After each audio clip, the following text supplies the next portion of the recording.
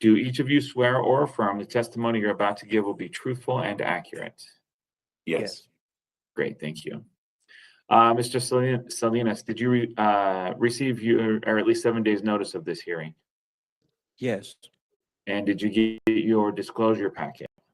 Yeah. And then did you have a chance to meet with an attorney in preparation for today's hearing? Yes, sir. All right. And then, Mr. Nix, did you meet with everybody or was it your colleague? Ms. Conyers met with everyone. Okay. All right. So, Mr. Salinas, Mr. Nix is here as a colleague to Ms. Conyers, but he will be your representation today. He has Ms. Conyers' notes that she took from your meeting with her. You feel comfortable moving forward with him as your counsel? Yes, sir. Okay, very good. All right, with that, Mr. Nix, we have 3 allegations against Mr. Salinas. How are we handling those today? For count 1, he'll plead no contest. Count 2, no contest. 3, we'd ask to amend to the correct date, and then he would admit to that allegation. And then 4, he would admit. So 2 no contests, and then 3 and 4, 2 admissions. Sorry, I only have 3 allegations. Let's see. Yep, you're right. There are 3 allegations. So 1 will be no contest, 2 will be no contest, and then 3.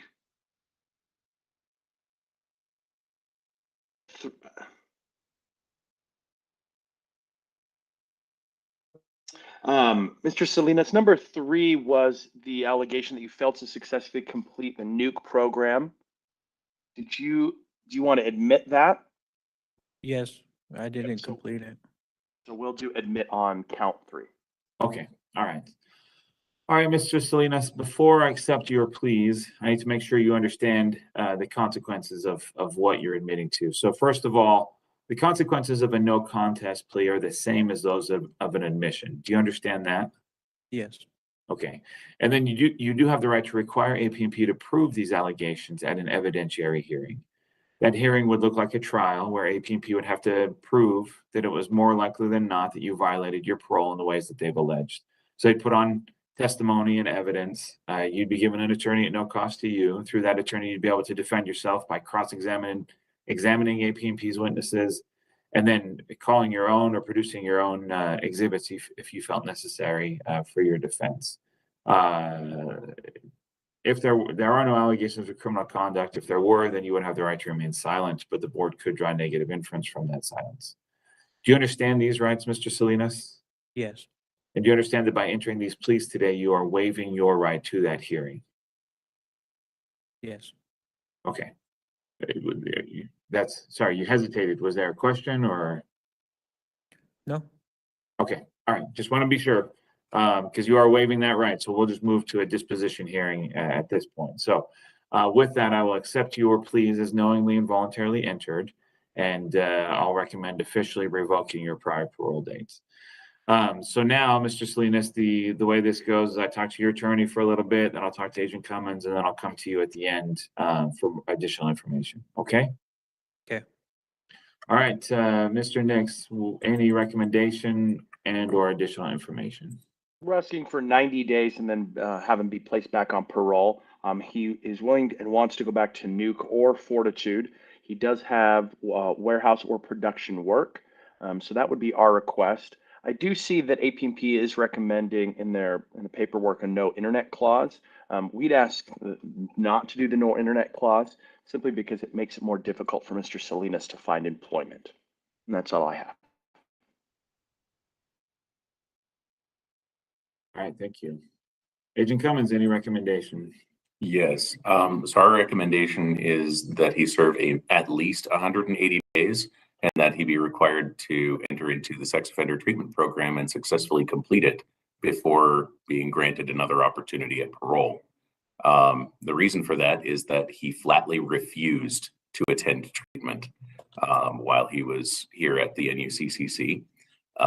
He was instructed multiple times to do that, and he chose not to. He never attended one therapy session during his entire parole while he was here, according to this report. But Also, the reason for the no internet clause is that he spent a great deal of his time accessing the internet for pornography, which is clearly a violation of his group conditions.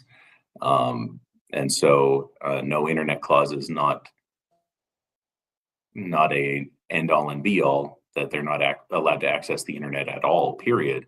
They just have to do so with permission of AP&P so that we can monitor that and make sure that they are that they're doing what they need to do and not violating their parole agreement in any capacity. As far as his request to go to Fortitude, he's not eligible to go to Fortitude, as they cannot accept anyone who is on the sex offender registry. But with that, we would submit it to you. Okay, thank you. All right, thank you. All right, Mr. Salinas, now's your opportunity to speak. Tell me, doesn't sound like things are going very well for you at Nuke, especially with regard to treatment. So kind of tell me what was going on with, was there anything that was going well in your opinion? And then why were we struggling so much with treatment? Well, in my opinion, I was doing good. Besides my faults, I know I could have done a lot better. I didn't really refuse to go to the program.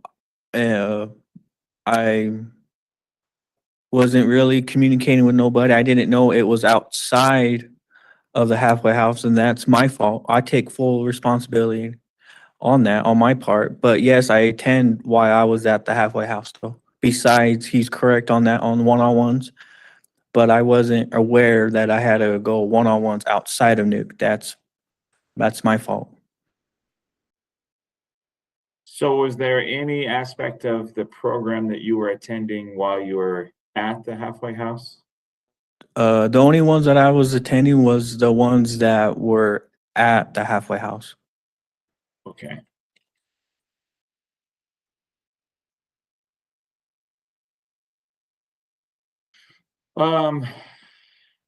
So you just did not take, I mean, you're on parole, you have responsibility for your success. You just didn't take the initiative to understand what was required of you and to make it all happen. Is that a fair statement?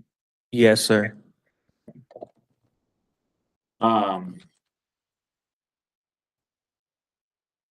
Let's see, when did you last complete sex offender therapy successfully? Do you remember when you last completed the program successfully?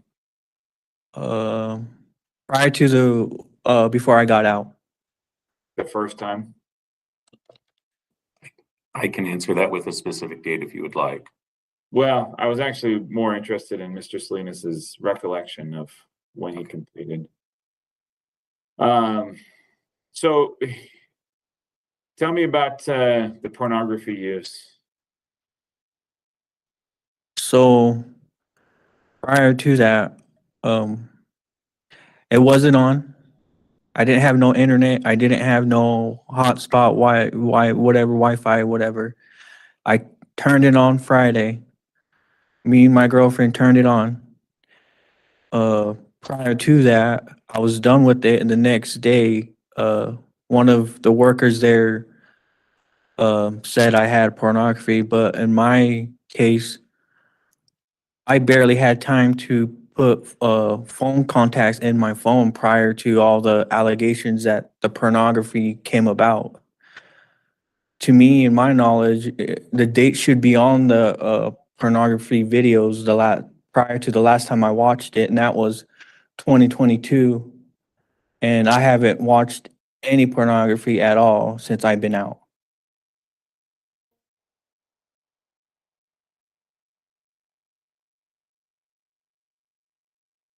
Where did you get the phone then?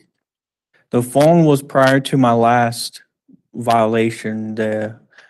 So my mom came in, and then I guess they had that phone in my property, and then that's when I registered it. But it wasn't on. I didn't use no hotspot for that phone. So you had the phone from your previous parole attempt or before you came to prison? Yes.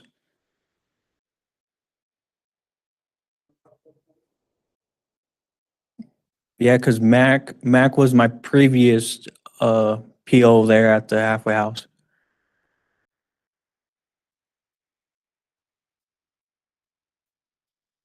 So it's your assertion that all of that pornography was from prior to your first stay in prison. Yes, that was the last time I had it on. Besides that Friday that I turned it on that Friday and they got it. They took the phone Saturday.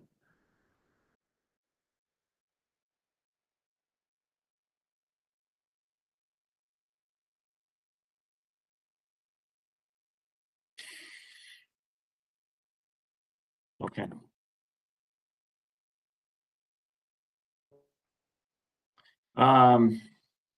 Was there any drug use on this parole? No.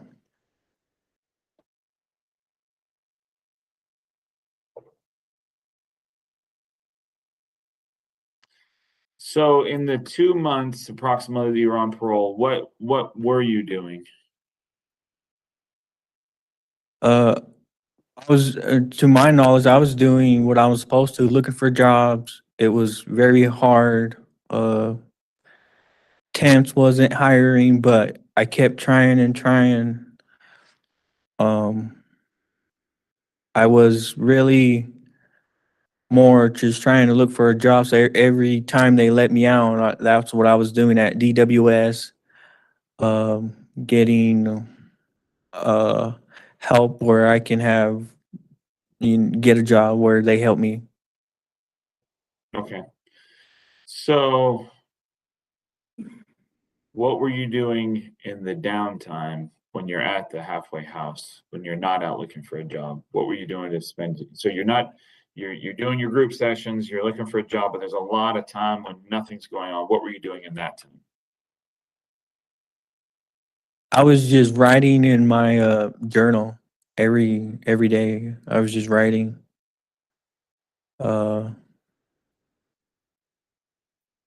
I didn't do much. I was just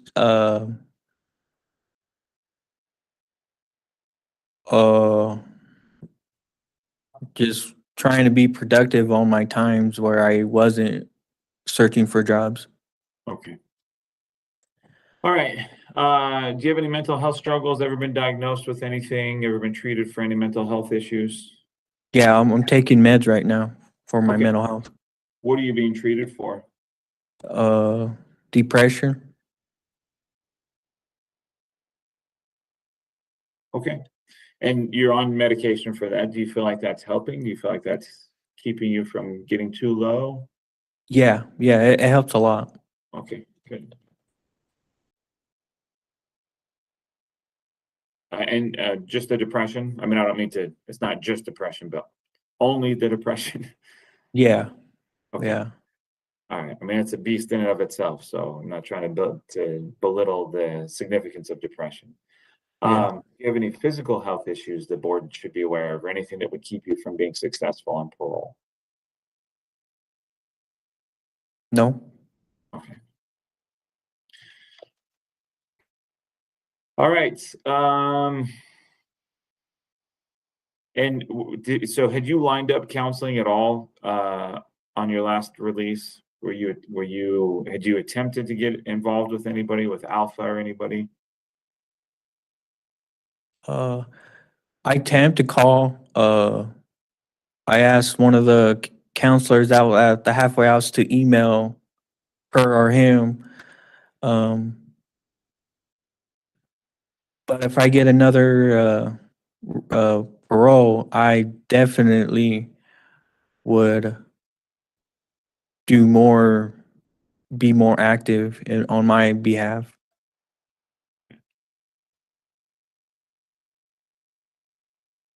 All right, you've answered all of my questions. Well, actually, let me ask a very big question. I mean, I get you're telling me that you weren't looking at pornography, so it tempers some of my question. But looking at your previous parole,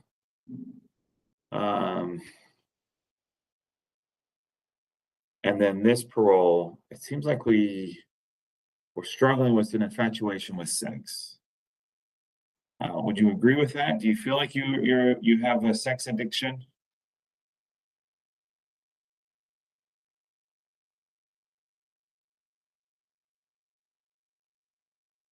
I do, but it's not an effect in the long run. It's something that I can maintain through program, aftercare. Right.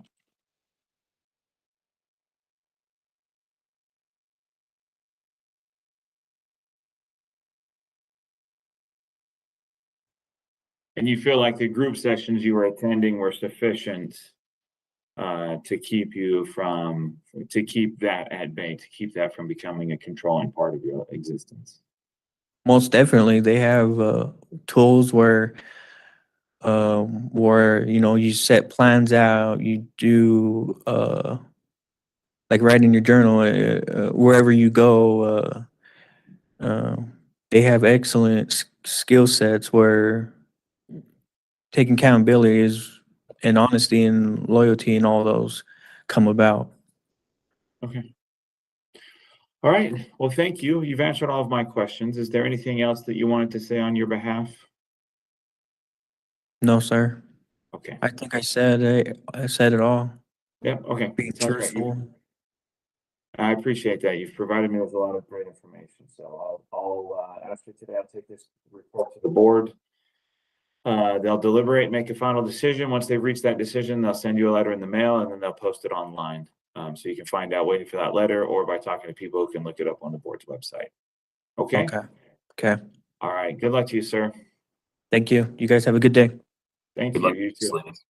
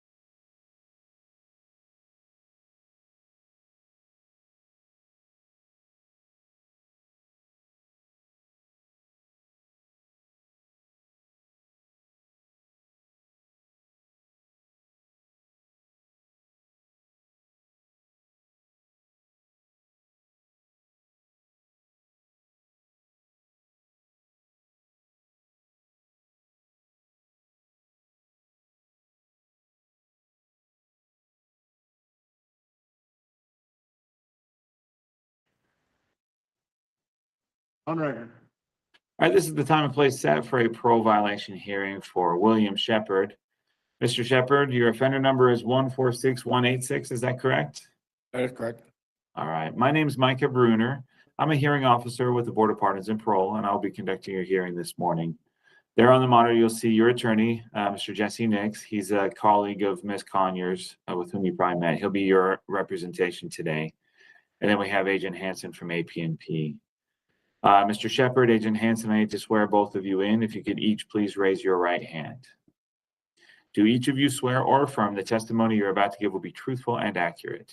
Yes. Yes. Great, thank you. Mr. Shepard, did you receive at least 7 days notice of this hearing? I did. And did you get your disclosure packet? Yes. And then did you have a chance to meet with an attorney in preparation for today's hearing? I did. All right, and then do you feel comfortable moving forward with Mr. Nix as your counsel today? Yes, I do. Okay, very good. All right, looks like we were last here at the end of June. There were, at that time, there were still some charges pending in case ending 1232 related to allegations 5 through 7. Looks like that has been resolved with a prison sentence, but the sentence was suspended. And then the court sentenced Mr. Shepard to 364 days. 2 of those charges were dismissed as part of the plea agreement. So with that, Mr. Nix, we have 7 allegations against Mr. Shepard. How are we handling those allegations today? Oh, you're muted. Thank you. I want to make sure I understood what Agent Hansen said. I think he said we wanted to strike counts 6 and 7. Was that correct? That's correct. And then are we striking count 1 as well? We would ask that it be noted that it's just a technical, that Right. there's, so. Great, thank you. I appreciate that clarification. So on count 1, Mr. Shepard would plead no contest to the technical. Count 2, he would deny because Agent Hansen wasn't his agent at the time. He reported to Agent Peterson. Count 3, he would plead no contest. Count 4, he would admit. Count 5, he would admit. So we have admit to the technical, deny 2, and then admit 3, 4, and 5. No contest for 3, then admit 4 and 5. Sorry. Thank you. So we have already dealt with 5, 6, and 7 with the stipulated motion. We've amended allegation 1 by stipulated motion. We have a denial to allegation 2. And Mr. Nix, I'm guessing that's accompanied with or by a motion to dismiss allegation 2. Yes. Agent Hansen? Well, just for clarification, the fact of the matter is, and OTRAC bears this out, that he never was officially changed over to Agent Peterson. And also Agent Peterson has told me that he never did report. I guess in the interest of justice, however, we'll stipulate to counsel's motion to deny, or excuse me, to dismiss number 2. Okay.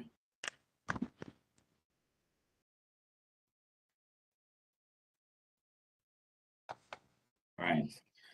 Okay, so with that, we have the admission to 1, 4, and 5, and then a no contest to allegation 3. The rest will be dismissed by a stipulated motion. That's fine. Okay, Mr. Shepard, before I accept your admissions, or sorry, your pleas today, I need to make sure you understand, first of all, that the consequences of a no contest plea are the same as those of an admission. Do you understand that? I do. Yeah. Okay. And then you do have the right to require AP&P to prove these allegations at an evidentiary hearing. That hearing looks like a trial where AP&P bears the burden of proof. They have to prove that it's more likely than not that you violated your parole in the ways that they've alleged. You would be able to defend yourself. So AP&P would put on witness testimony or exhibit testimony or exhibit evidence.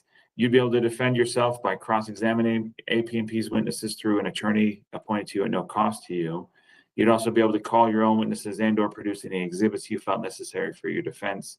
You would also have the right to remain silent with respect to allegations of criminal conduct, but the board could draw negative inference from that silence. Do you understand these rights, Mr. Shepherd? I do. And do you understand that by entering these pleas today, you are waiving your right to that evidentiary hearing? I do. All right, very good. Thank you. I'll accept the pleas as knowingly and voluntarily entered. I'll recommend officially revoking your prior parole date. I'll note the denials to 2, 6, and 7 and recommend dismissal based off of stipulated motion.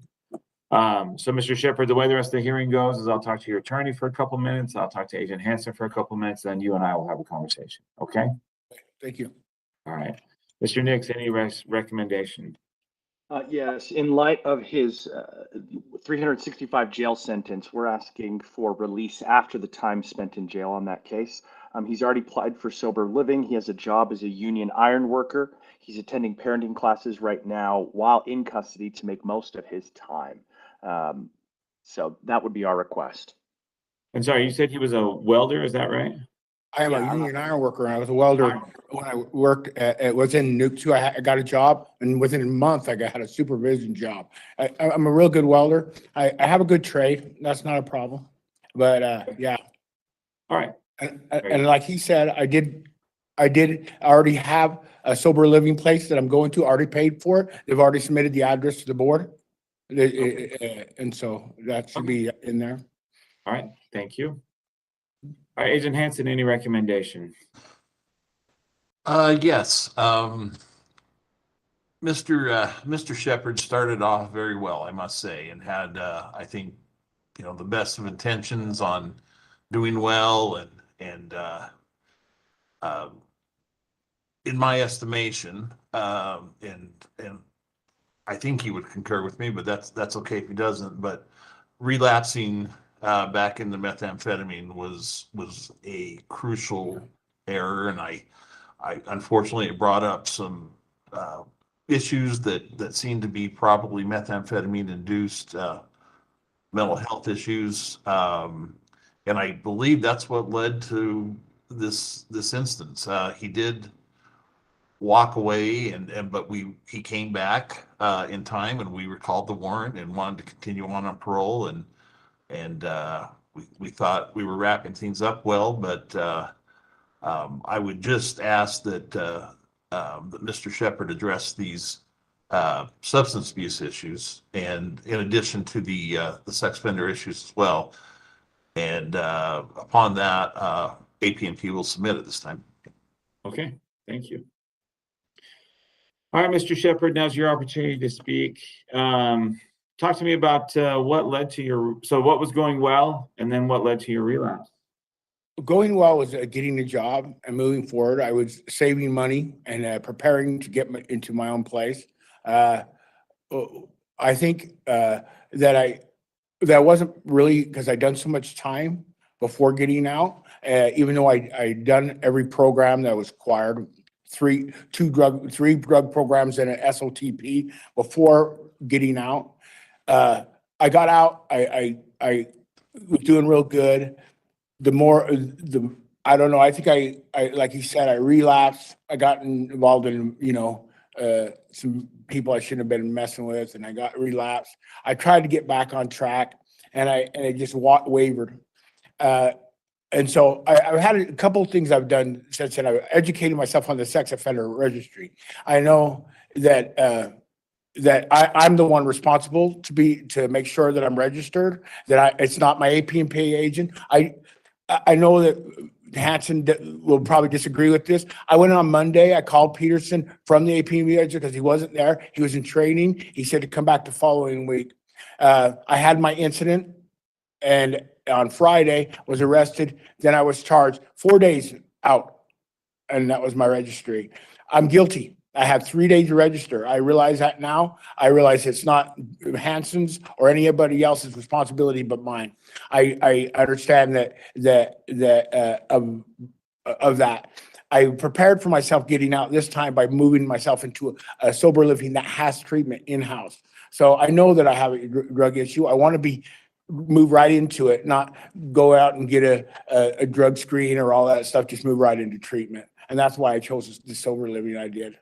I'm prepared to move forward in the best way I can. They also offer mental health treatment as well as alcohol and drugs. And that's why I chose this sober living. Okay. That's all I got. And do they provide aftercare for sex offenses as well? They do, and they work with APNP. This is one really, they have a 12-step program, year-long 12. Then they have all the classes. They work with APNP to do all their classes there. They have a live at LSAC, I believe, and it's pretty good. Okay, all right. I think they've emailed the board and explained that to you guys. Talk to me about the incident. What happened? I was just, like he said, I was high. I went there to see if they'd help me get some furniture. It turned into an argument, and I just left. I left. I told the guy to F off, and I left. I never threatened anybody. I probably scared him by yelling, but there was never, the cop, he even told the cop there was no threats. I just yelled at him. It was, I shouldn't have acted that way. I left immediately, and they stopped me after like a block away, and they asked me what happened, and then they let me go. All right. I was never placed under arrest. It was just an incident, Okay. All right. So how often, what did your drug use look like? I only used it like twice, and that's both incidents. When I relapsed, I went off the deep. I think most of all, when I relapse, I beat myself up and I get angry and I get irrational because I'm feeling. It's a personal thing. And it's real strange as I do really well. Why I'm like normally, and then I don't know. I made some bad choices, and there's nobody to blame but me. And I know because there's no one to blame, that's why I've set up the sober living for which I have. I have like $10,000 in the bank. I have money that's prepared to help me in the future, but it's no good unless I have a plan. And I've set up a plan. I have a job waiting for me through the union. I've already contacted them, and they're willing to put me to work. And I'll be in Salt Lake. I'll be on 39th and 3rd East. Okay. So not far from the Union Hall there. How is your mental health? I've already gotten to mental health treatment. I'm on medication now. I'm better. I'm on sleepers, which helps me sleep, helps me be more rational. They put me on Zoloft, so I'm medicating now, which I've never done before, but I'm doing that now. I'm trying to get myself on track. Like Mr. Hanson said, I started off real well, but then I relapsed and I did come back. It wasn't trying not to shirk my responsibilities. I knew I did wrong. I beat myself. I didn't want to come back high and make an ass out of myself and make a hard time on Mr. Hanson or any of the other officers. I waited till I sobered up and then came back and turned myself in. And I told him I was going to sober up before I came back, and I did exactly what I told him I was going to do. Mr. Hanson will tell you that. What mental health issues are you being treated for? I'm borderline schizophrenic. When I get high, I get delusional. Oh.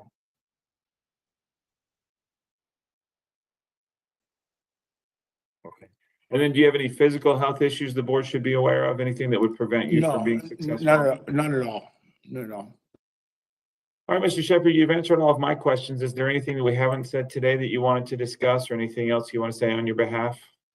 No, I just want to thank Mr. Hanson for his help with me and APNP. He was really a good APNP officer. I'm sorry I let him down, but moving forward, I'm going to try to do better. That's all I can do. I can't look back because then my future becomes my past becomes my future, and I'm just going to go forward. Okay. All right, very good. Well, we'll proceed as we have in the past. I'll provide my report to the board after today's hearing. They will deliberate, make a final decision. They'll post it online, and they'll send you that letter in the mail, so you can wait for that letter or talk to people on the outside who can look it up on the board's website. Okay? Okay. Thank you very much. Good Thank you, luck, guys. sir. Okay. Bye-bye. Good luck, Mr. Shepherd.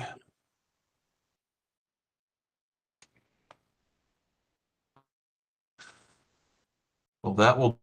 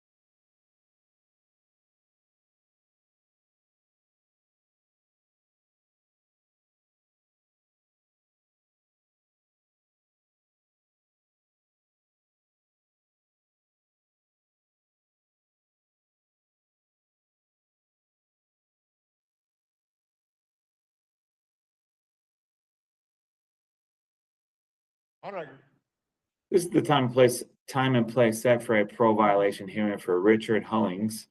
Mr. Hullings, your offender number is 237730, is that correct? Yeah, that's correct. All right, my name is Micah Bruner. I'm a hearing officer with the Board of Pardons and Parole to conduct your hearing this morning. On the monitor, you'll see your attorney, Mr. Nix, as well as Agent Comer from APNP. Mr. Hullings and Agent Comer, I need to swear both of you in. If I could have you each please raise your right hand. Do each of you swear or affirm the testimony you're about to give will be truthful and accurate? Yes, sir. Yes. Great, thank you. Mr. Hullings, did you receive at least 7 days notice of this hearing? Yeah. And did you get your disclosure packet? Yeah. And you just had a chance to meet with Mr. Nix in preparation for the hearing today, is that correct? Yeah, that's correct. All right, and you feel ready to move forward with today's hearing? Yeah. Okay. All right, with that, I'll note for the record, Mr. Hullings is facing a couple of felony charges in case ending 2108. Looks like that's related to allegations, at least 1 through 3 from what I can see. With that, Mr. Nix, there are 6 total allegations. How are we handling those today? Today we would deny them and then ask to just continue this out or reschedule until the court stuff is resolved. Okay. All right. Agent Comer, any issues with that? No, sir. Okay. All right. So I'm sure Mr. Hollings, as your attorney, has alerted you, we can't move forward with the parole violation hearing today until the case gets resolved. So I'll note the denials, take judicial notice of the pending charges. I'll find probable cause to continue the hearing. We'll set this for a paper review in 90 days. Mr. Hollings, if you get the case resolved before then, have your attorneys let us know here at the board. The court sends us paperwork eventually, but it can expedite getting you back on the appropriate calendar if you can let us know that the case has been resolved. Okay? Okay. All right. All right. And with that, we'll conclude the hearing. Thank you. Thank you. Good luck to you, sir.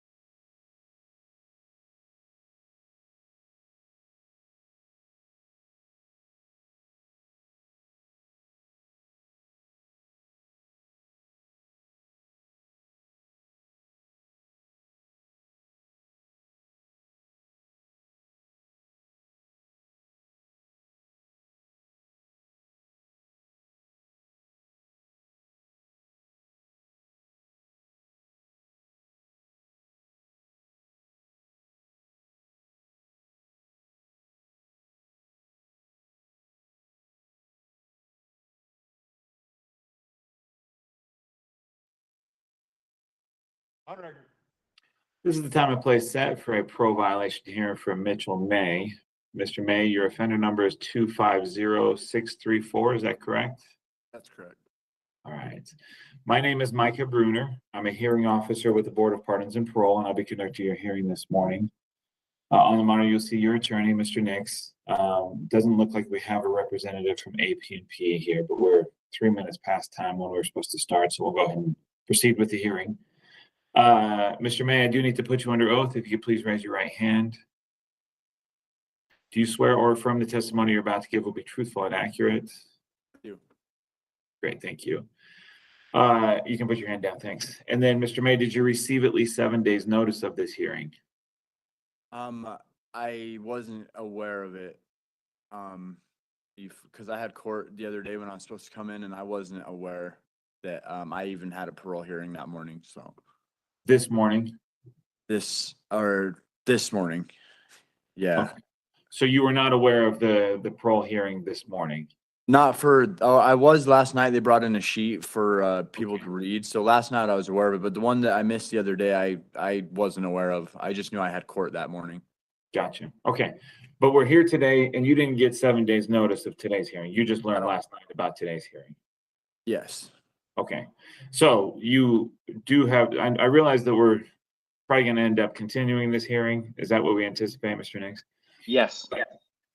For the record, Mr. May, you do have the right to have 7 days notice of this hearing.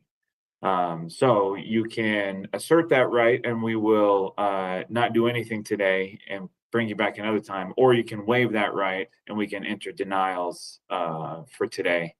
How do you want to proceed? Do you want to waive your right to that notice? Mr. May, I would advise you to waive that right because we're not going to be doing anything today anyway. So I think you're okay by waiving the right, denying the allegations, and then you'll come back after court. Are you okay with that? Yes, sir. Great. Okay. And then, sorry, I have one other question. That is, did you get your disclosure packet, the blue packet? Did you get a chance to review that in preparation for the hearing, or did you get a copy of that? I did. I haven't had a chance to review it yet. Okay, all right, but you got a copy. Okay, so with that,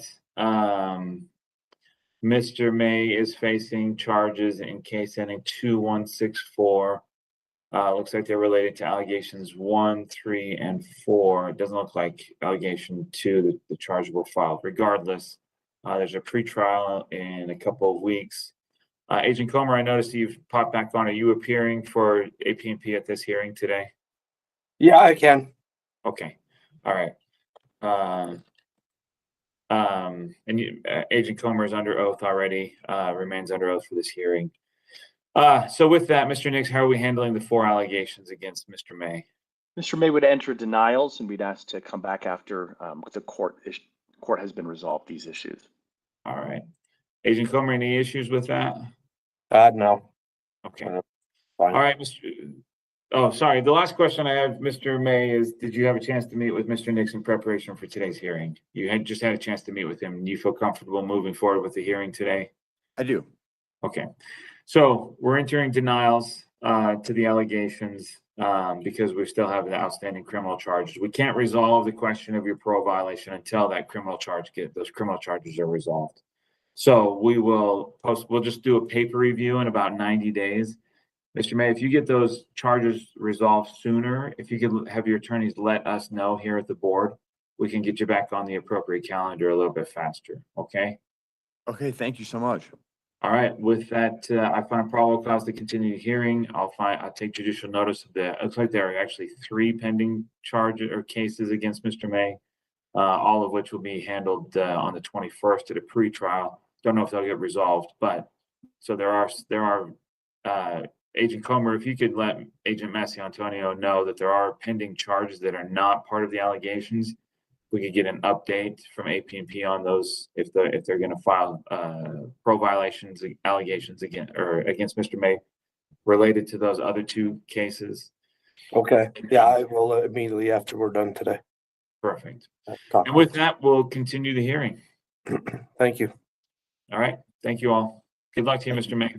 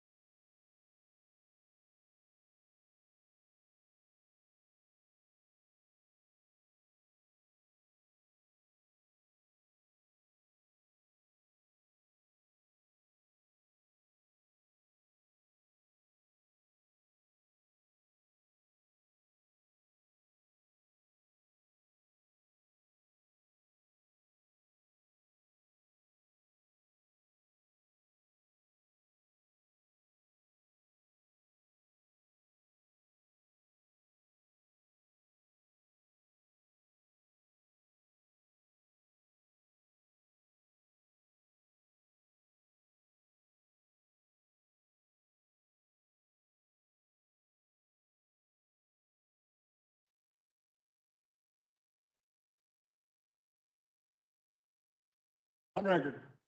This is the time and place set for a parole violation hearing for Kenneth Sherman. Mr. Sherman, your offender number is 135398, is that correct? Yes, sir. All right, my name is Micah Bruner. I'm a hearing officer with the Board of Pardons and Parole. I'll be conducting your hearing this morning. On the monitor, you'll see your attorney, Mr. Nix. He's a colleague to Ms. Conyers, with whom you probably met on Monday, and he'll be your counsel today.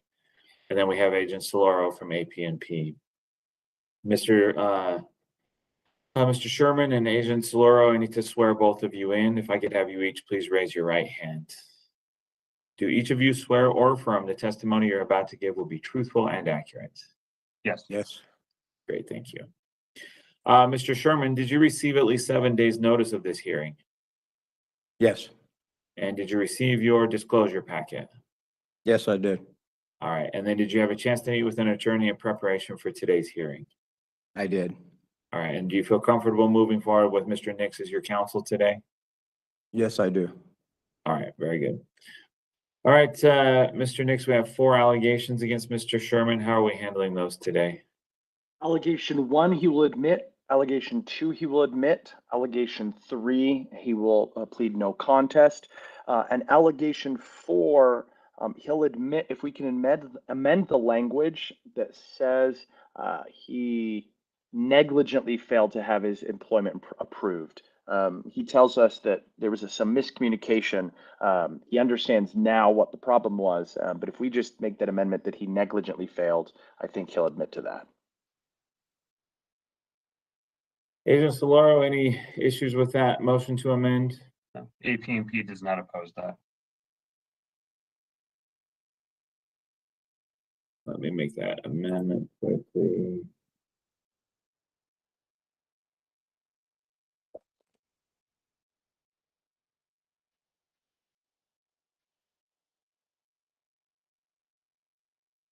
All right. Okay, Mr. Shepherd, before I accept your pleas, I need to make sure you understand. Sorry, Mr. Sherman. I apologize. It's all right.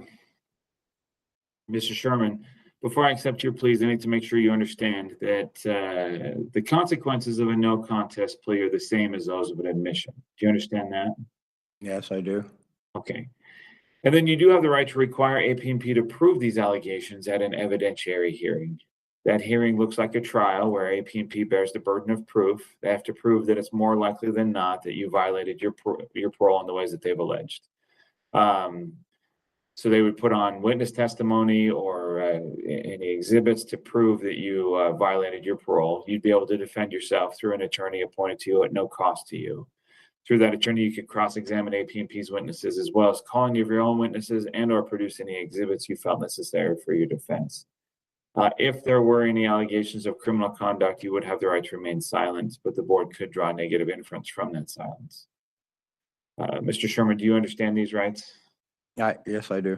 All right, and do you understand that you are waiving your right to that evidentiary hearing by entering these admissions in no contest plea today? Sure. Yes, sir. Okay. I'll accept the pleas as knowingly and voluntarily entered. We'll revoke your prior parole date officially, or I'll recommend as much.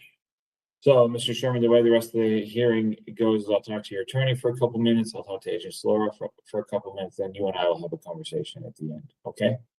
Okay. All right, Mr. Nix, any recommendation and or additional information? Yes, the board should have received some letters from Mr. Sherman's employer and from a friend. We are recommending 90 days and then another opportunity at parole. He'd like to try to resume at Alpha. He still has a job. He has an approved home in Ogden with a roommate. He has a driver's license, bank account, and so he believes he is set up for success. Thank you. All right, thank you. Agent Soloro, any recommendation from APNP? Yeah, I spoke with his supervising agent just before we started, and he had already thrown out the idea of 90 days. So APNP would concur with the recommendation. All right, very good. All right, Mr. Sherman, now's your opportunity to speak. Talk to me about what was going on parole and then where we kind of got maybe a little bit complacent. Well, yeah,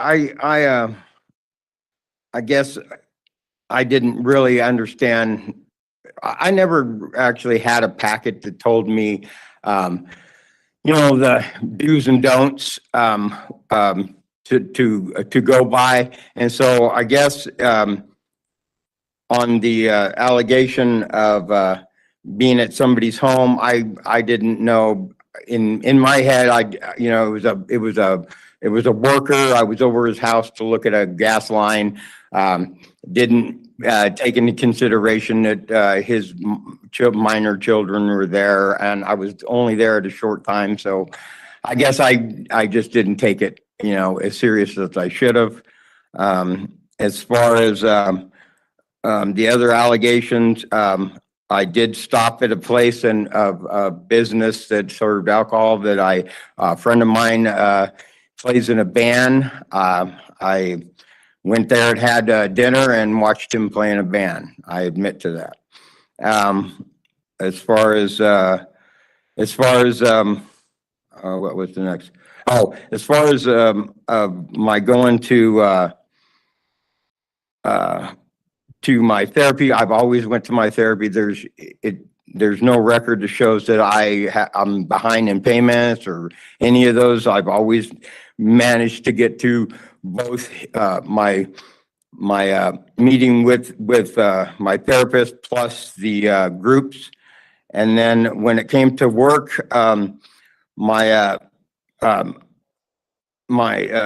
had my employer actually call him and explain to him, you know, the type of work and all that. So it was approved as far as my boss was concerned. I probably, you know, misinterpreted some of it, and that's probably why it got confused.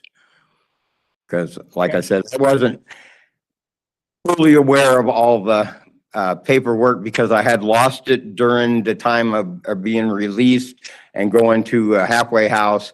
I actually didn't have all the paperwork to be able to refer to something, and I was not given anything else after that.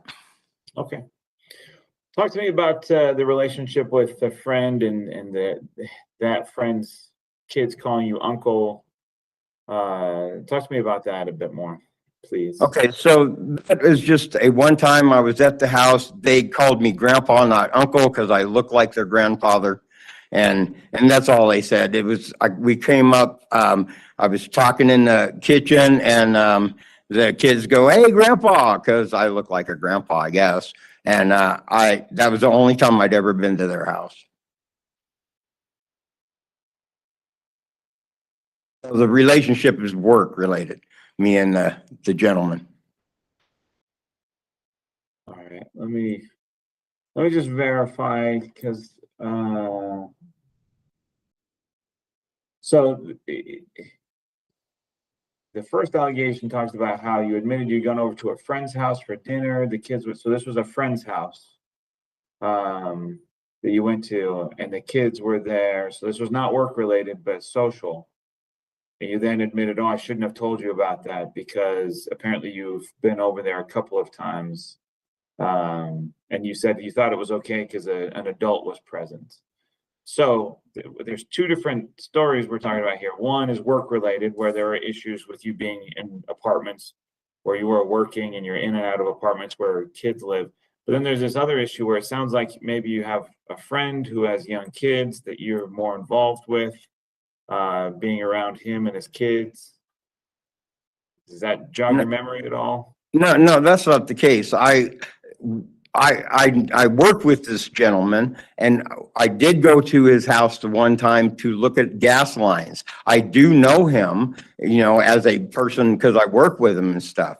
But that's the only time I'd been at his house. He just moved into the place and asked me if I'd look at the gas line. He wanted to move for a dryer hookup, and that's why I was over at the house in the first place. So I haven't frequented his house before. So when the agent writes that you indicated you had been there for dinner, you're saying that you were mistaken, that you were not there for dinner. He was mistaken. I was not. I was invited to dinner. I was not there for dinner. Okay. Did you stay for dinner? No, I did not.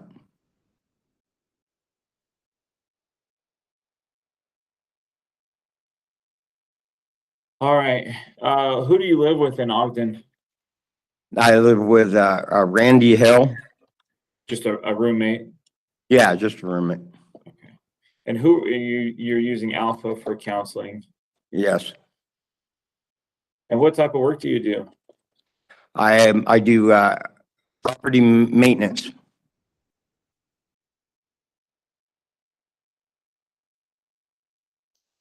So I fix up apartments that people have trashed. Now, obviously, you understand a little bit better. Yes, that I these do. things need to be, you need to be in working closely with your agent to ensure that this type of employment is going to be okay. Right. Do you have any other opportunities for employment if this one is not approved by APMP? Yes, I do. What else do you have out there? What else could you do? I also have been offered a job as cook. I was a cook here for years. I was offered a position as a cook at a retirement home. Okay. Very good. Do you have any mental health struggles? Ever been diagnosed with anything? No, I seem okay. Okay. All right. You're not on any medications currently? No, I'm not, sir. And are there any physical health issues that would prevent you from being successful on parole? No, there's not. All right, Mr. Sherman, you've answered all of my questions. Is there anything we haven't talked about today that you wanted to discuss? No, that, other than the fact that, on parole, the one thing I would ask APP is that I was not ever given, a specific time and day to do my, what do you call them? My check-ins, you know, it was always just whenever, he decided to call me.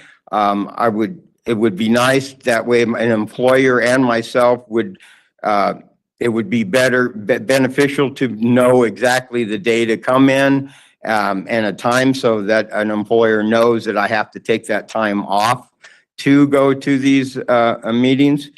I feel that, it's be more personable too, that I didn't have my meeting out in the lobby where other,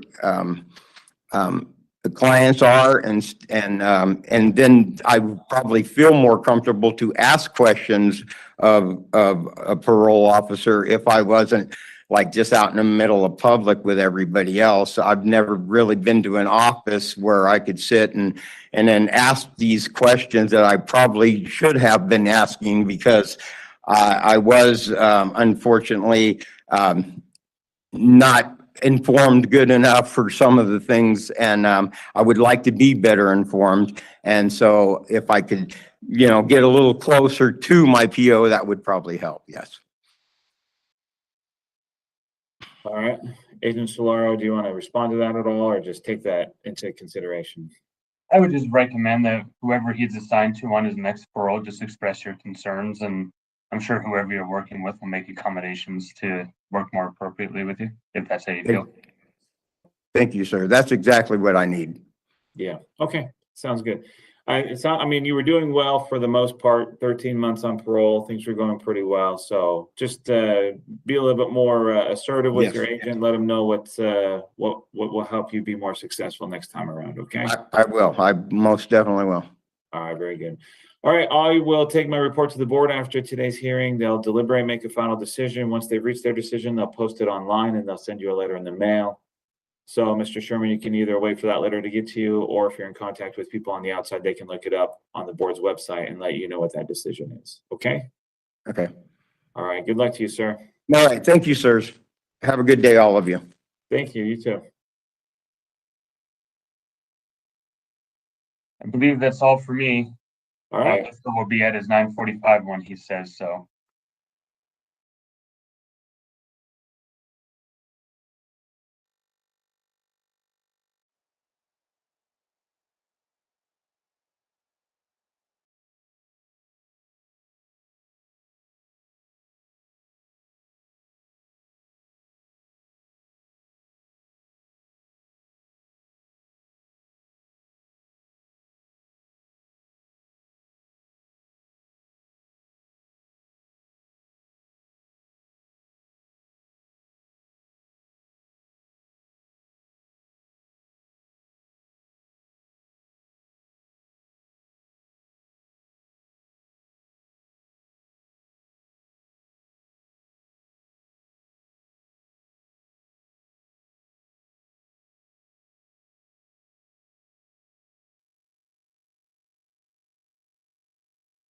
On record.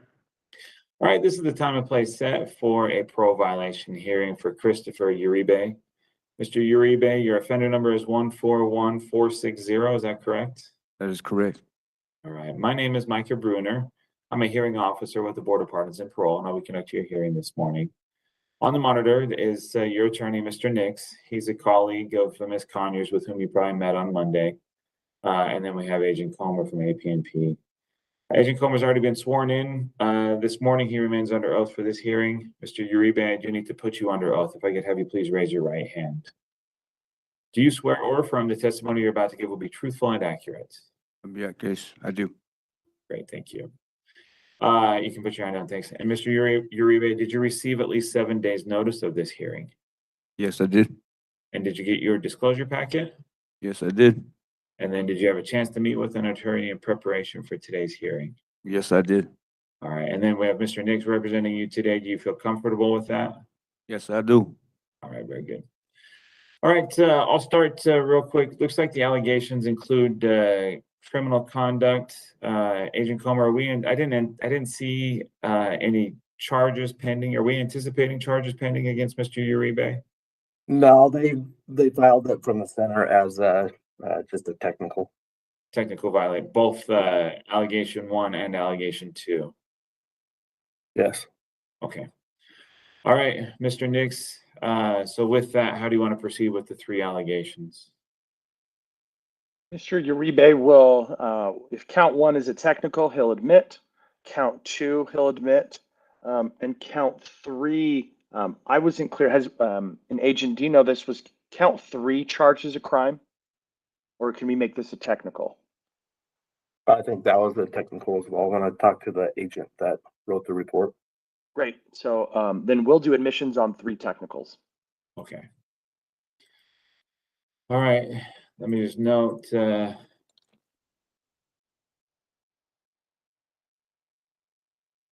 amendments.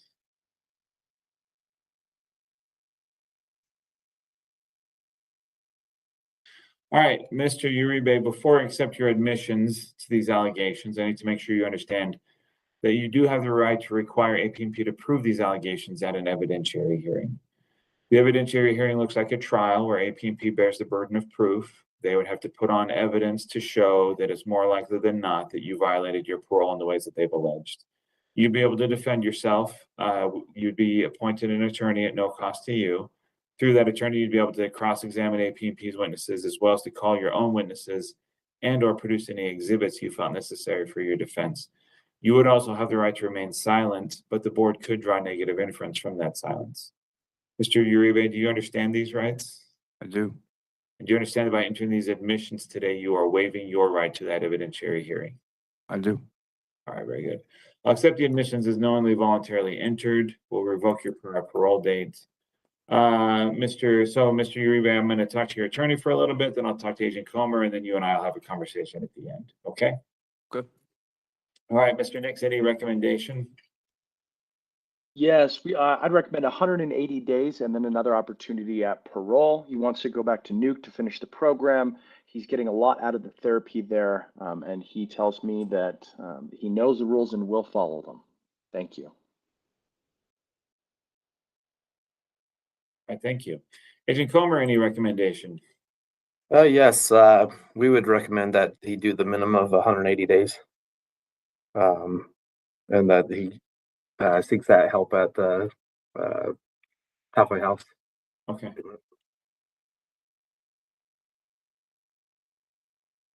All right, thank you.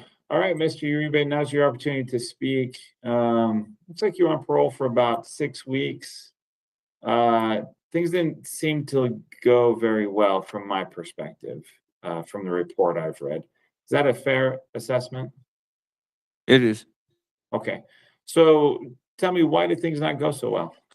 I was just kind of struggling with a little bit of substance abuse at the time. I was just kind of, I had to look a little into more in depth with it. So when my agent decided to take me to the in-treatment program at Nuke, the classes at first I didn't really want to try, but then I kind of opened myself a little bit more up to it. Then I started going to therapy with a therapist. It got me a little too more like why I was so destructive and like a little bit more like I would say like a little bit more self-sabotaging a little bit of the way. But I just kind of figured a little bit more like going to the halfway houses. I just had a really much of a drug problem and I think a little bit more trauma. But I started getting a little bit more hang of it, and I'm not gonna say that their use, I would say, would probably because I was still in the halfway house, and so the drug it would be I guess a little bit more. How can you say wasn't there? But I want to say that I was getting a little bit more of a glimpse on about why I was so much like that, why I was using so much. Okay. So kind of get to some of the underlying reasons Yes, behind it. and it was I want to say for before the issue that happened while I'm here, I think it was really helping me. I was liking it. I was really liking it. Like I'd never really done a whole lot of in-treatment programs, but I think Nuke was doing really, really good. I liked it. Okay. If I could add something too, he was involved with the recon with Weaver Human Services before the PvP program was given to him, and he didn't have a lot of I would say attendance or effort towards it, so to where he was probably locked down and could actually focus on just the treatment, it probably is to his benefit. Okay. Do you understand that, Mr. Uribe, what Agent Comer said? Correct, I do. I think he's pretty much kind of agreeing with me too, because if I had more, like if I, at the time I had an address, and it was giving me more or less, I think he can also read me. I was worried about more like, I think me and him had the discussion about work and not going to classes, but more of a problem because I was working, but then I wasn't going to my classes. I wasn't going to my therapy. Then I started to do a little bit more drug use because at the time I was working like 12-hour shifts. I didn't have much of a life. I wasn't being much of a father, so I started using it, and just it was a big headache, I guess, in a way for me. But then, yeah, when I got violated and went to Nuke, it was helping out because I got to find a little bit more about myself, a little bit more about my drug use, and I got a little bit more into going to the classes. So it was kind of like a little bit of a way. I looked at it more of a blessing kind of a way.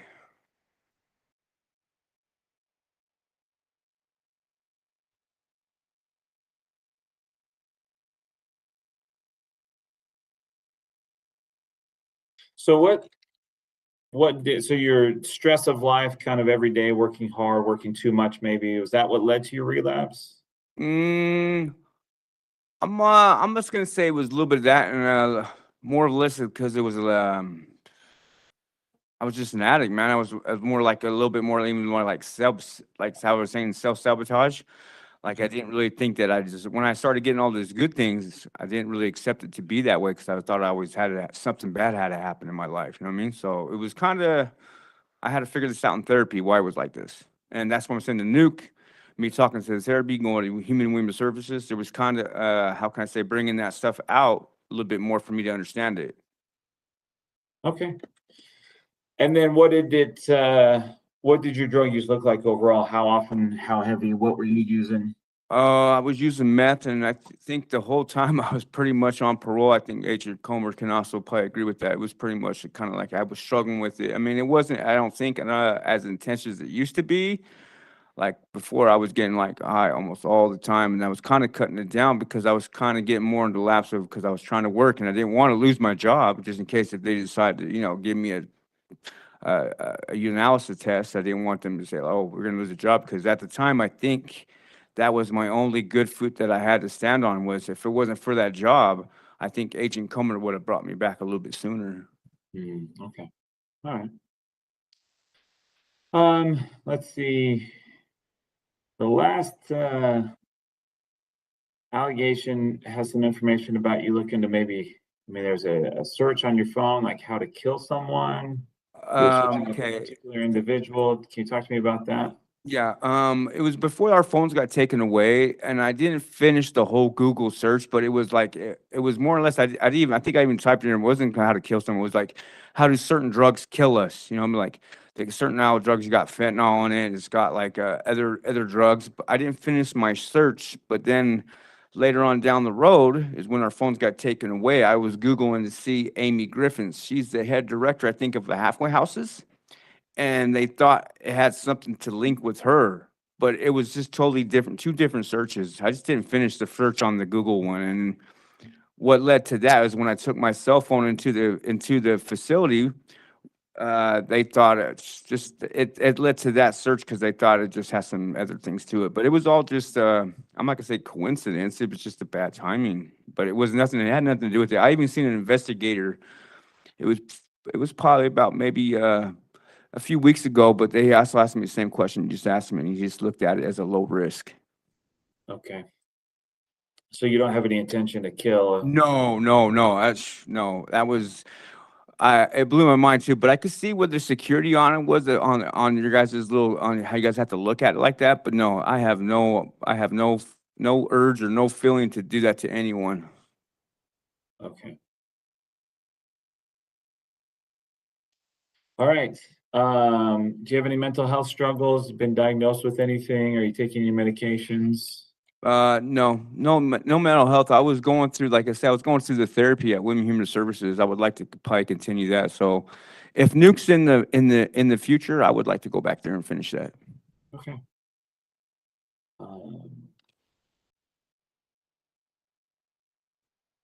And then are there any physical health issues that would prevent you from being successful on parole? No, sir. All right. Is there anything we haven't talked about today that you wanted to discuss? I believe if there's no other questions, I have no other ones either. I guess I do have, so do you have work lined up? Do you have a job that you'd return to? That's another thing too. Before I got locked up, I was waiting for the Admiral Beverage Company. It's for the Pepsi company. They were looking under my stuff, but they hadn't get back to me. But because I think they were looking at my background since I had a burglary since 2016. I think you have to have it, either has to be 7 or 10 years old. But the guy said that he would keep me in mind, but I don't know how long I'm going to be doing on the state, but I think, what do you guys say, 180 days? So what? About That's the February, recommendation. January? Well, from your arrest. So August, so 6 months from August puts you into, February. Okay, so That's what the board makes the final decision. So it could be longer, it could be shorter. The board will make that decision. okay, I don't know, but maybe by then, I don't know, maybe it might still be open. I don't know. I hope it is, but he seemed like it was pretty good to go. Okay. All right. So what happens after today is I do take my report to the board. They'll deliberate, make a final decision. Once they've reached their decision, they'll send you a letter in the mail, and they also post it online. So you can find out waiting for that letter to get to you, or waiting or talking to somebody on the outside who can look it up on the board's website. Okay. Okay. Right. All right. Good luck to you, sir. Thank you, gentlemen. You guys have a good day. You too. Thank you. Later.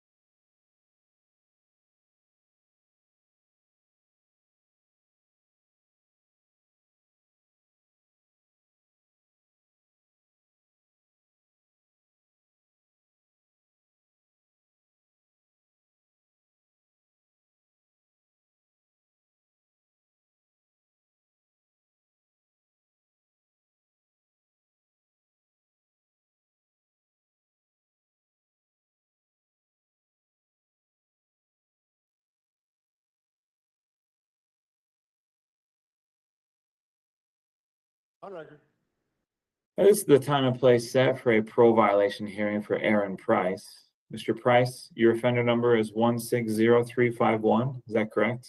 That's correct, sir. All right. My name is Micah Bruner. I'm a hearing officer with the Board of Pardons and Parole. I'll be conducting your hearing this morning. On the monitor, you'll see your attorney, Mr. Nix. He's a colleague of Ms. Conyers with whom you probably met on Monday. He'll be your representative today. And then we have Agent Comer from AP&P. Agent Comer's already been sworn in this morning. He remains under oath for this hearing. But Mr. Price, I do need to put you under oath. If I could have you please raise your right hand. Do you swear or affirm the testimony you're about to give will be the truth, or will be truthful and accurate? Yes, sir, I do. Very good, thank you. Mr. Price, did you receive at least 7 days notice of this hearing? I did, sir. And did you receive your disclosure packet? Yes, sir, I did. All right, and then did you have a chance to meet with an attorney in preparation for today's hearing? I did. And then do you feel comfortable moving forward with Mr. Nix as your counsel today? Yes, sir, I do. Very good. All right, Mr. Nix, looks like we have 3 allegations against Mr. Price. How are we handling those today? Mr. Price will be admitting to all 3 allegations. Right. Mr. Price, before I accept your admissions to these allegations, I need to make sure you understand that you do have the right to require AP&P to prove these allegations at an evidentiary hearing. That hearing looks like a trial where AP&P bears the burden of proof. They have to prove that it's more likely than not that you violated your parole in the ways that they've alleged. They would do that through witness testimony or evidence or exhibits presented. You'd be able to defend yourself. You'd be given an attorney at no cost to you. Through that attorney, you could cross-examine AP&P's witnesses as well as call your own witnesses and or produce any exhibits you felt necessary for your own defense. Do you understand these rights? Yes, sir, I do. And do you understand that by entering admissions today, you are waiving your right to that evidentiary hearing? I do, Mr. Brenner. All right, very good. I'll accept the admissions as knowingly voluntarily entered and will revoke your prior parole date. So, Mr. Price, the way the rest of the hearing looks is I'll talk to your attorney for a little bit. I'll talk to Agent Comer, and then I'll come to you at the end for a conversation. Okay? Okay, sir. Thank you. All right.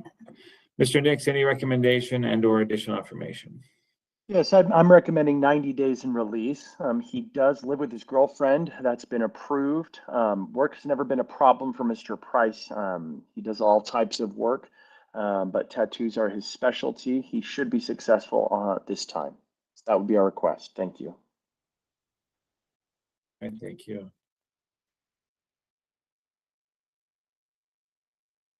Agent Comer, any recommendation? Yes, I actually have not met Mr. Price. When he was supposed to come in and check in, he did not do so. When I called, I spoke to a couple different people, and the housing situation that was at that time did not sound like it was going to be a good situation.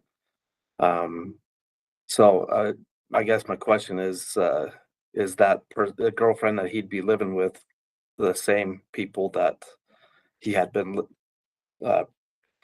prior to absconding supposed to be living with?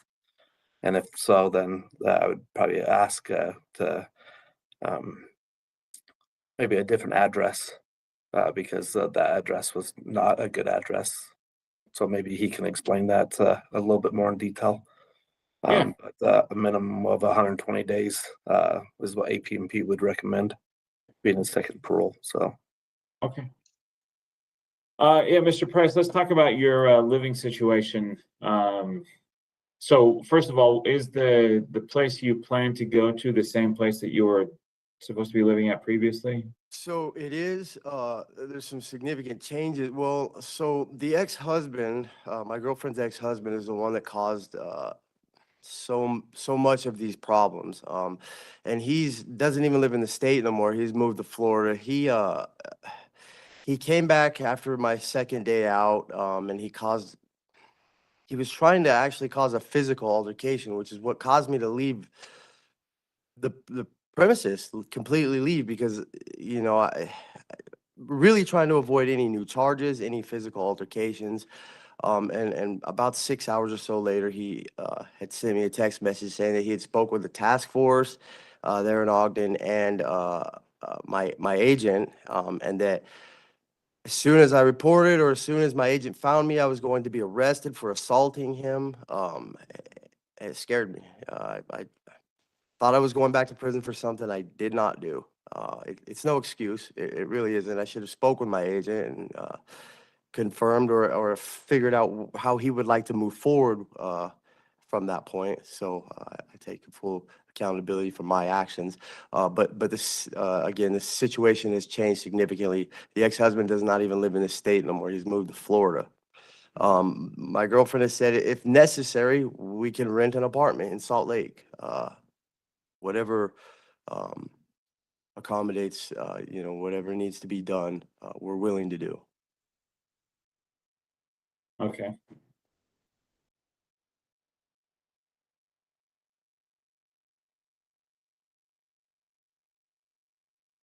Um,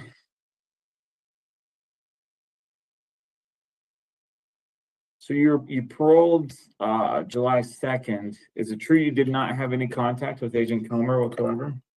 No, I actually did contact him on the phone. We spoke on the phone, and we set up an appointment for the following Monday. And that appointment during the interim from our conversation and that appointment is when this verbal altercation with the ex-husband showing up. That's when that occurred. But we did speak on the phone. I did set up an appointment with him. Unfortunately, I failed to meet that appointment. That was out of That would fear. be correct. Okay, thank you. So that was out of fear of coming back to prison because you thought the ex-husband was making allegations that would That's cause correct. you bigger issues. Yes, sir. So That's where- correct. At that point, where did you go? Well, I actually stayed with another friend there in Ogden, about 4 or 5 blocks from the residence.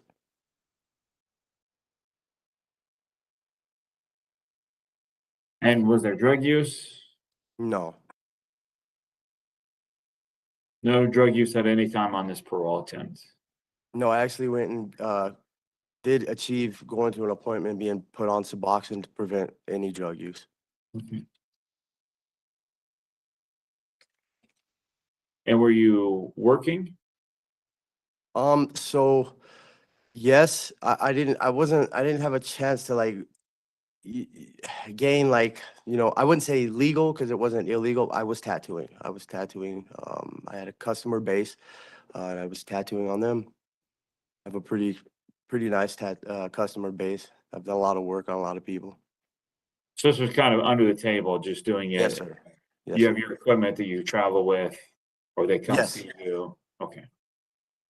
Okay. And then, so the indication that there was a falling out with the landlord, that's the ex-husband we're talking about. That's correct.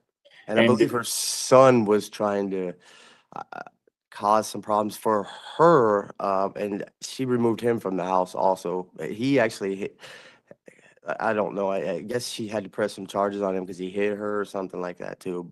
But he's been removed and now is in corrections system also for what he did to her. Okay.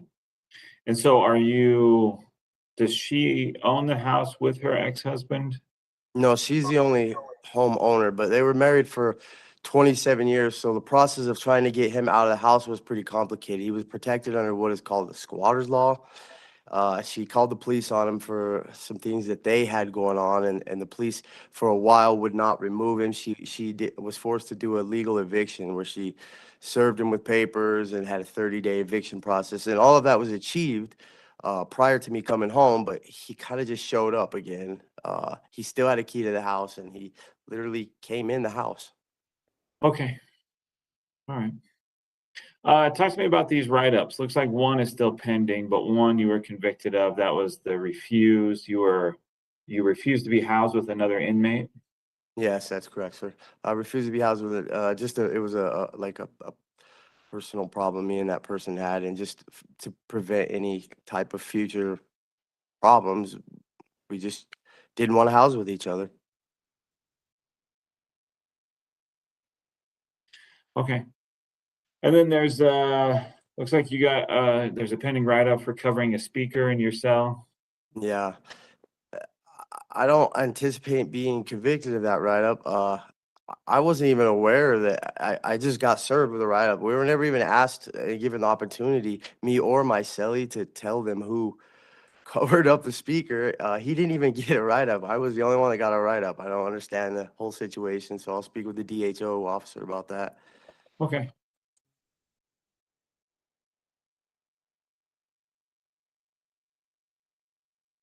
And then, do you have any mental health struggles? Ever been diagnosed with anything? No, sir. And are there any physical health issues that would prevent you from being successful on parole? No, there isn't, sir. So the release plan would be to go back to the house, your girlfriend's house. It would be ideal, and like I said, if we needed to, I mean, she and I are planning on marriage, and we're planning on, you know, being together. Her and I get along very well. Our problems have all stemmed from the ex-husband. He's very jealous, and he just can't accept the divorce. But if I wasn't allowed to go back to that specific residence, we would try to accommodate by maybe acquiring an apartment in the Salt Lake area. She really wants to sell the house there in Ogden, the townhouse in Ogden anyway, just to kind of get out from under the whole umbrella of just the whole scene of what it was. She's the homeowner there, and she wants to buy a home in Bluffdale. She's been looking at homes there right now. She's actually going to list the townhouse there in Ogden to be sold. So we would really kind of, you know, like to move into our own home together in Bluffdale. Okay. All right, thank you. You've answered all of my questions. Is there anything that we haven't talked about today that you wanted to discuss? No, sir, I believe you guys have covered everything. I appreciate your time. All right, so what happens after today is I'll take my report to the board. They'll deliberate, make a final decision. Once they reach that decision, they'll post it online and they'll send you a letter in the mail so you can find out waiting for that letter to get to you or talking to people who can look it up online on the board's website. Okay? All right, Mr. Bruner, Mr. Comer, thank you guys. You guys Good have a luck to you, sir. Thank you. I'm sorry. You're good. Thank you, gentlemen. All right, see you next time.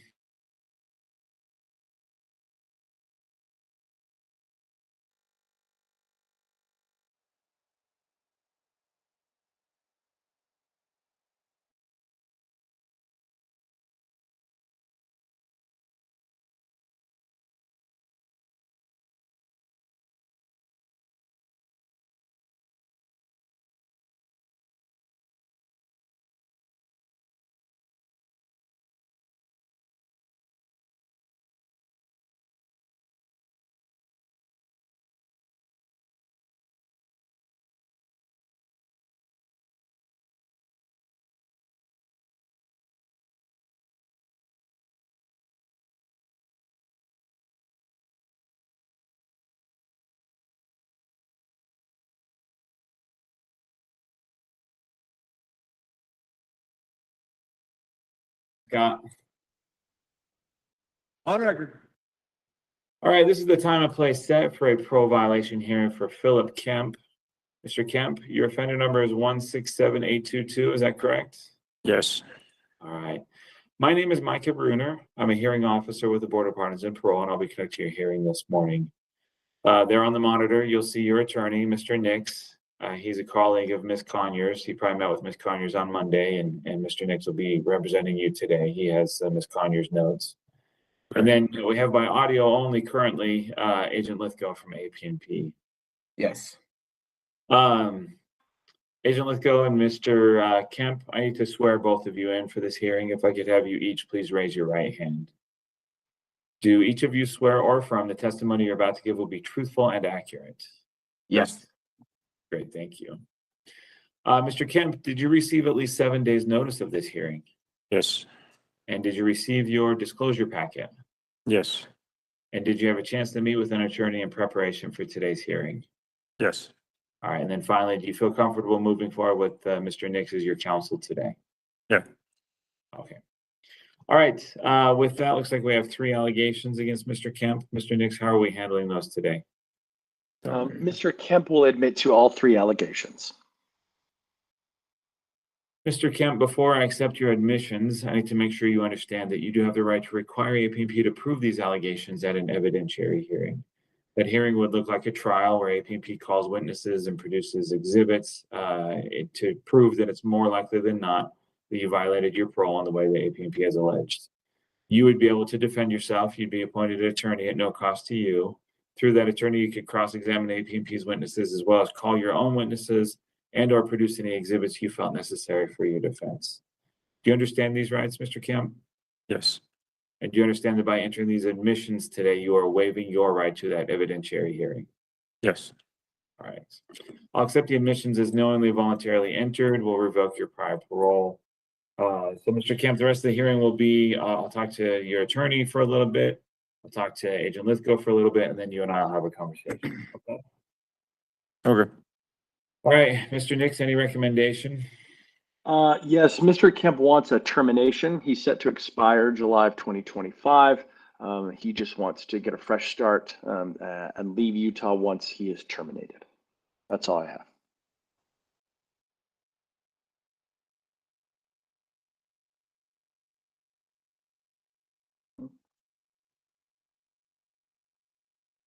All right, Agent Lithgow, any recommendation? Yeah, that's correct. When I talked to Philip, he does not want to come out and do parole again. He'd rather just expirate in prison, come on out as free man, and then just and move from Utah, start and get a fresh start as well. So I'd agree, just keep him in there until he expirates, and then yeah. All right, thank you. All right, Mr. Kemp, now's your opportunity to speak. Talk to me about what was going on this parole, especially with regard to being around these kids.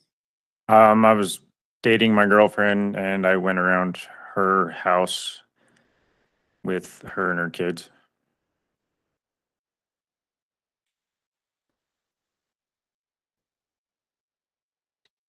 And I mean, you knew that was in violation of your parole conditions.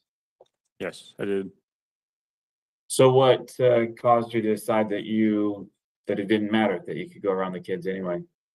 I was trying to do the whole therapy thing and like get therapy to approve her as a sponsor, but never got around to doing that because I got brought back. Okay. So you were engaging in the activity, then hoping to get it condoned after you'd already started, but you were brought back before you could get permission. Yes.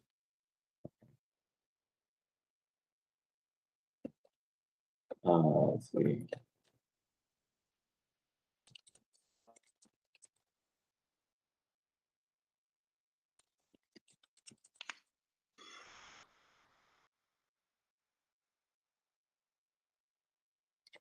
Do you understand why it is you have those restrictions on you? Yes, I do. And why do you feel like those are appropriate? Yes. So do you feel like you continue to pose a danger to young children? No, I don't.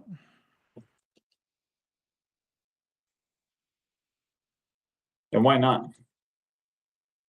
Well, I've been through therapy. I know my triggers. Like, I'm never alone with the kids. I always have somebody there with me.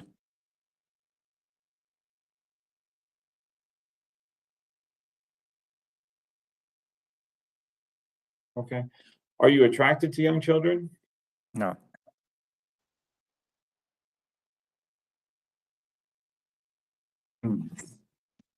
What led to I mean, I realized this was a while ago, but what led to your initial offense then? I'm not exactly sure. Like, I was checking on the kids and like, yeah, it just happened.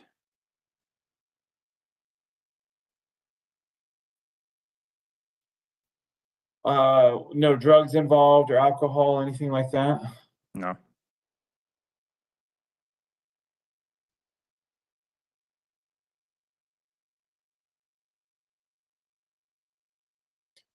And you would refuse to do another parole?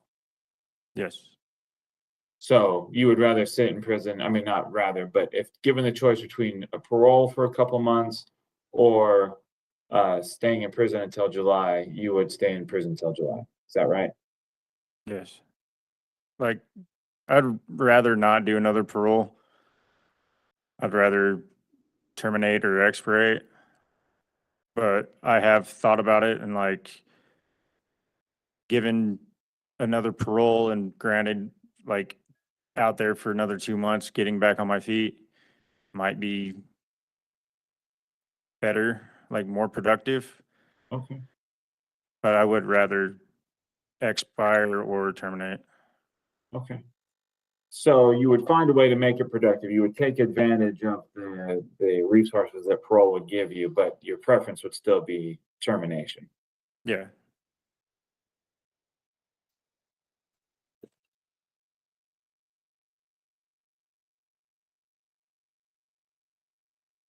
But again, given the choice between a parole or staying in prison till July, you would probably do a parole then. Yes. Okay. And so if you were granted parole, would you need a halfway house? Yes.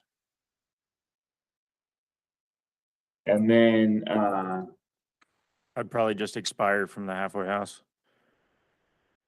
and then if you were granted a termination, where would you go? Probably to a hotel.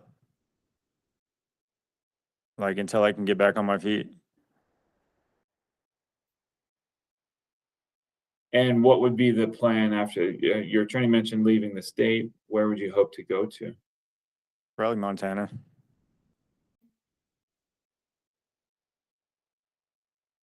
And then tell me about your relationship. You still involved with this woman? Yes.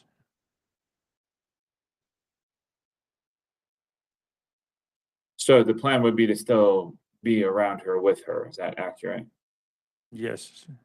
Okay. Be eventually to marry her. How does she factor into the plans to maybe move to Montana? Is that her hope as well?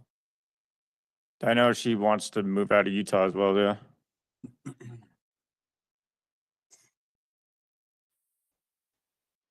How many kids does she have? 3. One of them's about to be of age to move out. How old are the other 2? 8 and 6. Okay. And you do recognize that even if you're granted a termination, there'd still be registration requirements, correct? Yes, I do. All right, are there any mental health struggles? Ever been diagnosed with anything? Are you being treated for any mental health issues? Anxiety and depression. And are you on medications? Yes. And do you feel stable with those meds? Do you feel like they need to be addressed differently? No, I feel pretty stable. Okay. And do you have access to those on the outside? Yes, I do.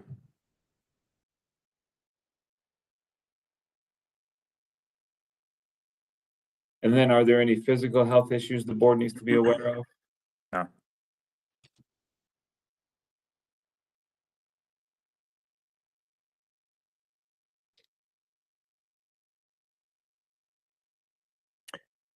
Could I add something?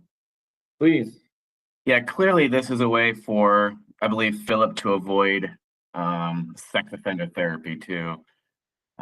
So, that's kind of a concern as well. I know he's not going to stop dating this woman with young children.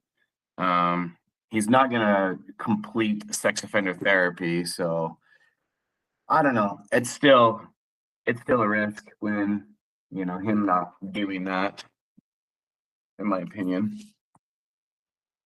That's fair. Obviously, there's only jurisdiction until July. Yeah. So regardless, Mr. Kemp, any response to that?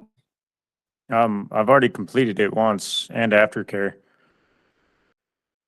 Not on this parole. No, not on this parole, no.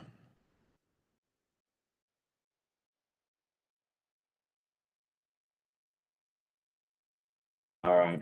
Okay. And I think you attempted on actually a parole number 4 as well, which you did this is the same allegations on number 4 was failure to complete sex offender therapy and then also still dating this woman with young children.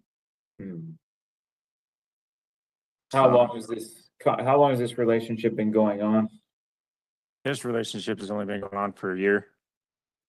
So there were other females that had young children that you had been dating in the past, or at least one other? Yes, but that was approved by AP&P. Okay. Not approved by me. No, not you. All right. I don't know who would have approved that, to be honest. All right. So, okay. Mr. Kemp, if you're given another parole, you go to a halfway house, you'd have to stay away from this woman at least until July. Yes, that's understandable. Okay. Or at least her kids, her and her kids. I have some grave concerns about you kind of putting yourself above the rules. I wish, especially where there's a pattern of behavior of dating women with young children. But I don't know how to address that, especially where we lose jurisdiction in July. So I'll just tell you, Mr. Kemp, I don't know what the board's going to decide to do. I'll take my report to them and they'll make the final decision as to whether to grant a parole or a termination or require expiration of your sentence. But you need to maintain compliance with the registry regardless of what state you're in. You need to make sure you're on top of that. And then, you know, if something new were to happen, if you find yourself struggling, there's still help out there, even if you're not on parole. So let's not create more victims. You've been through the treatment, you know what your triggers are when you start to, if you find yourself falling back into that cycle.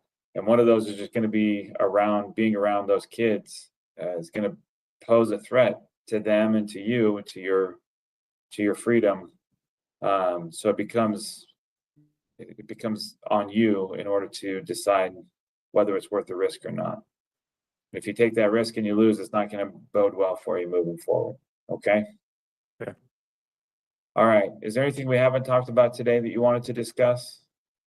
Nope. All right. All right, then we'll proceed as I outlined. I'll take my report to the board. They'll make the final decision. Once they reach that decision, they'll send you a letter in the mail. They'll post it online. So you can find out either waiting for that letter to get to you or talking to those on the outside that can look it up on the internet. Okay? Okay. Okay. Thank you. All right, we'll conclude the hearing. Thank you. Thank you.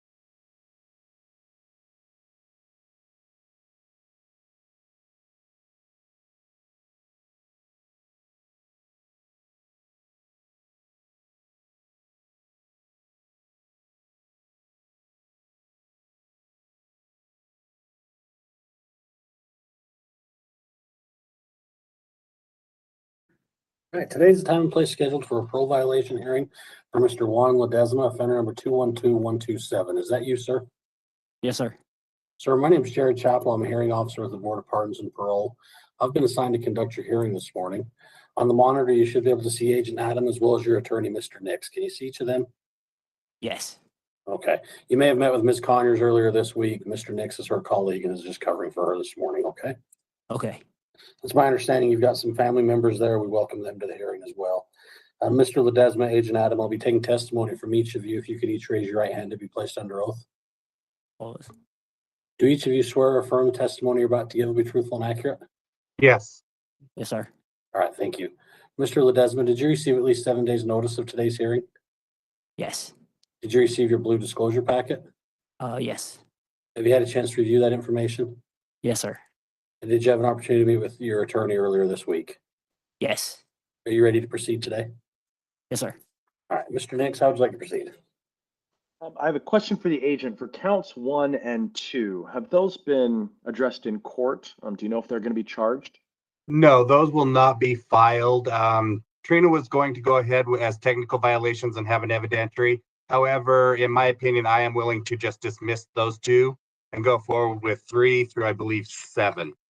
Great, that helps me. Thank you. Yes. So we'll strike 1 and 2. Allegation 3, he'll admit. Allegation 4, no contest. Allegation 5, admit. Allegation 6, admit. And allegation 7, deny. Mr. LEDESMA says he's not a gang member anymore. Does he have gang conditions? I mean, I guess, Agent Adam, what's your response to dismissing 1, 2, and 7?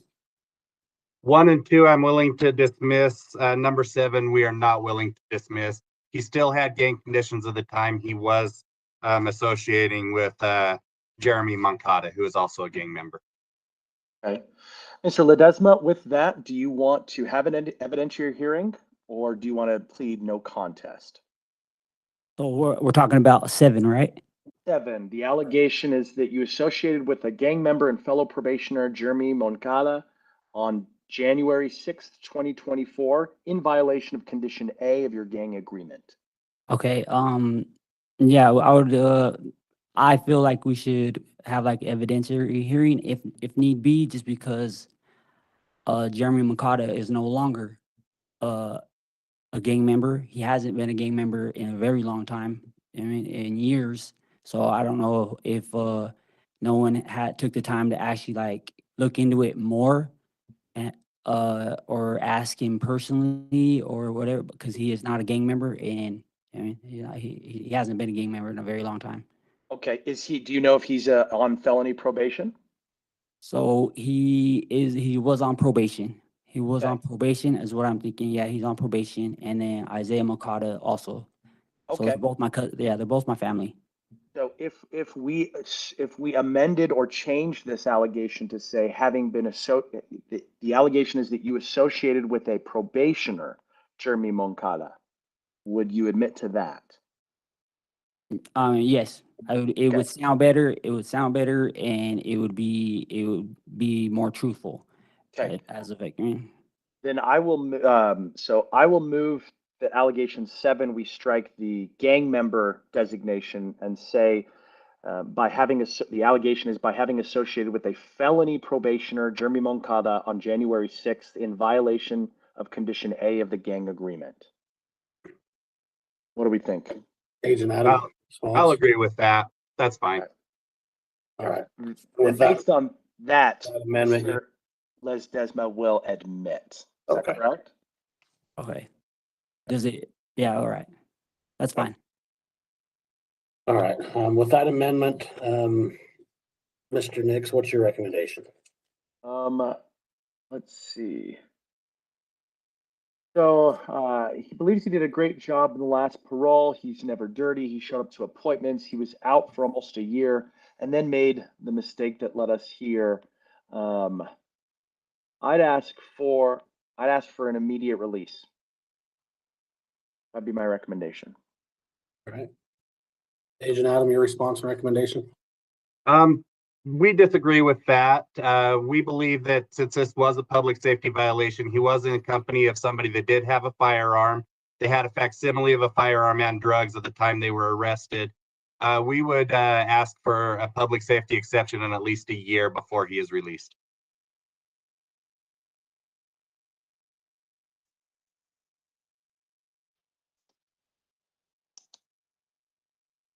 All right.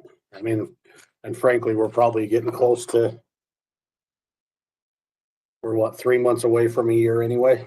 Yes. Yeah, okay. All right, anything else you'd like to add, Agent Adam? No. Mr. Ledesma, I've spoken with everybody but you. What would you like me to know? Let's start with the violations. Tell me what happened there, and then we can work our way forward to today, okay? Okay. Start with the what happened with the violations? So are we talking, give me, The ones that you're admitting to. okay, so being around, like, so associating with, Jeremy McCarta, Yeah, with, Jeremy McCarta, that's my family. That's my family member. That's my cousin. Okay. Isaiah McCarta, also my cousin, family member. They're just my family members. So, I mean, they asked for a ride. I didn't see no harm in it, but that was the mistake I made. I should have known better. Or I should have just said no, but just being a family member, family means everything to me. So I just thought it'd be all right. As for being around people that have drugs or firearms and all that, like, that was my mistake. I take full responsibility. I knew I shouldn't have been around people. But again, my kindness sometimes is my weakness.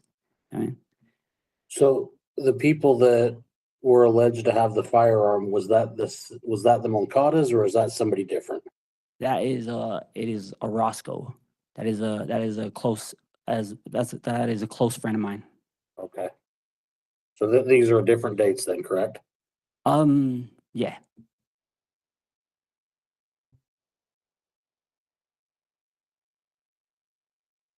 So where were you taking your cousins? Like, I was just dropping them off. That was it. I was just dropping them off. They wanted to go to like a friend or a girlfriend's house. That's all it was. they called you up and said, will you give us a ride? Yeah. Well, that's all it was. I was in the vicinity.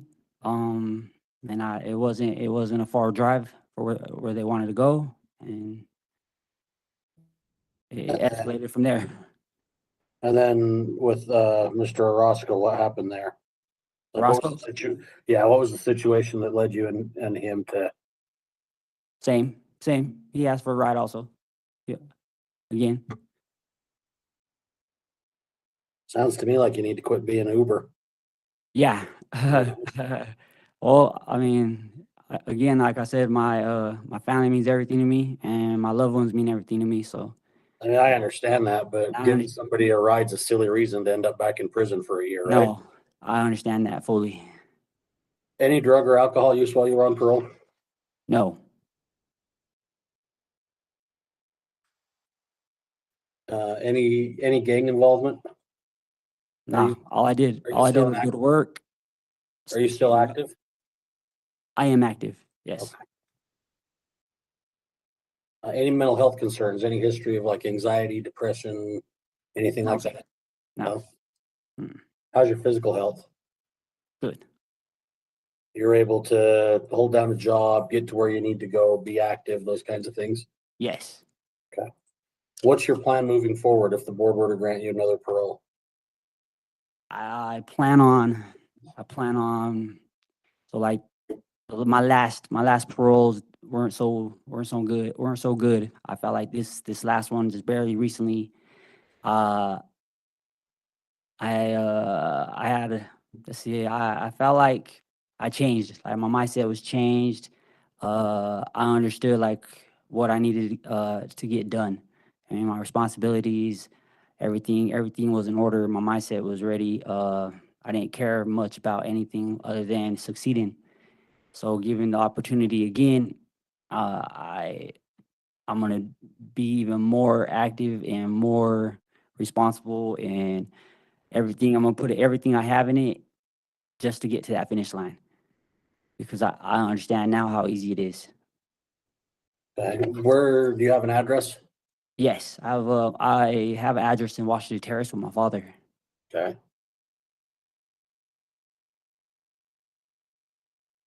What about employment?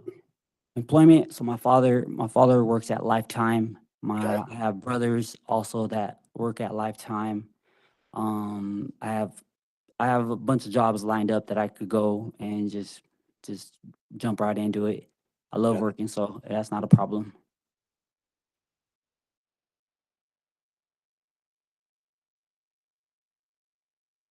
Well, then it looks like you completed treatment through Nuke, right? Yes. Was that what kind of treatment was that? Substance abuse? It was substance abuse and like criminology, some sort of. I took 2 classes. Like MRT, criminal thinking kind of stuff? Yeah, stuff like that. It was 2 classes. I think it was anger management and then like MRT. That's what it was. Okay. And what did you learn from that? I learned quite a bit. Like it helped me organize a lot of things and like my thinking, the way I think, the way I thought, what mattered most, what shouldn't have mattered, what I shouldn't even paid attention to. So it helped me a lot. How are you going to use those things to be successful? Because I mean, it's concerning, you know, you completed those classes and then now here we are again, right? Yes. It's just one mistake. It's just one mistake. I understand it's a simple mistake and it brought me back here. Like, I mean, the classes, everything, like I paid attention. It's just one mistake brought me back. It's one simple mistake. It was just a ride. But like, the classes that I took, like I paid attention, I learned, I soaked everything up. I used it in real life, you know? It's just like this simple thing that I did. I gave someone a ride, and now here I am. Yeah, I mean, and that's one of those things you might have to just tell family that, you know, I still care about you, but I'm not able to give you a ride because I'm not going back to prison for doing it. Well, no, you're right. You're right, and I did that for almost a full year. I stood away from everybody. I did everything. So like, believe me, I pushed a lot of my family members away because I know that was the right thing to do. And they knew that it was the right thing for me. I mean, so they stood away. But Tell me again, Tell me about your chance. write-up. Say again? Tell me about your write-up. My write-up? Yeah, for looks like tobacco and paraphernalia. Nah, so it was tea. It was tea, like a tea bag. It was a tea bag. I don't know if they never got a chance to really test it, but it was a tea bag. They never really got the chance to test it. They didn't give me an opportunity to plead my case. They just found me guilty. What was your consequences? A consequence, I think they dropped my level. Drop level? Yeah, they just dropped my levels. Oh no, and a fine. Excuse me. All right. Well, I think those are all the questions that I have for you. Do you have anything you want to discuss that we haven't covered? No, sir. Okay. Agent Adam, anything you'd like to add? I was just looking through his case. It looks like he does have a federal detainer as well. Okay. So it looks Glad like you he brought will be that going up, to 'cause- federal custody after he is released. Okay. Do you know anything about that, Mr. Ledesma? Are you aware of that? Yes. Okay. I haven't had a chance. So I haven't had a chance to actually talk to my federal PO, but I just know that he's waiting on you, like what happens here first before he actually makes a decision on what he's going to do. And is So, that based on this same violation and allegations? So yeah, like that, it would probably be I like mean, the you don't have a new same pending area. felony federal charge or Oh, anything no, sir. like that you got to go No, sir. deal with, or a federal sentence or anything. It's just for a violation. Yes. Okay. All right. Thank you. Anything else, Agent Adam? No, that was all. I just noticed that. No, I appreciate that because I was going to bring it up and it spaced it. So thank you. Mr. Nix, anything to add? Nothing for me. Thank you. All right, Mr. Ledesma, what I'll do today is I'll note your denials to allegations 1 and 2 and recommend that they be dismissed per stipulated motion. I'll accept your admission to allegation 3, your no contest plea to allegation 4, your admissions to allegation 5, 6, and your admission to allegation 7 amended to strike the gang member language. With that, I'll recommend your parole date of February 22nd, 2022 be revoked. You've been through this process before, so you know what to expect. I'm going to write a report. That report will include Mr. Nix's recommendation as well as Agent Adams' recommendation. The board members will review it. They'll make a decision. Once they've reached their decision, you'll receive a written notice from them. It could take a few weeks for that notice to work its way to you. So in the meantime, and this is, for your family there in attendance, they can start checking the board's website next week, bop.utah.gov. Hopefully the decision will be posted there sometime next week, and then they can let you know so that you're not waiting around wondering what's going on, okay? Okay, I appreciate it. All right. Anything from anybody? All right, hearing nothing, that'll conclude the hearing. Thanks, everyone. All right, thank you.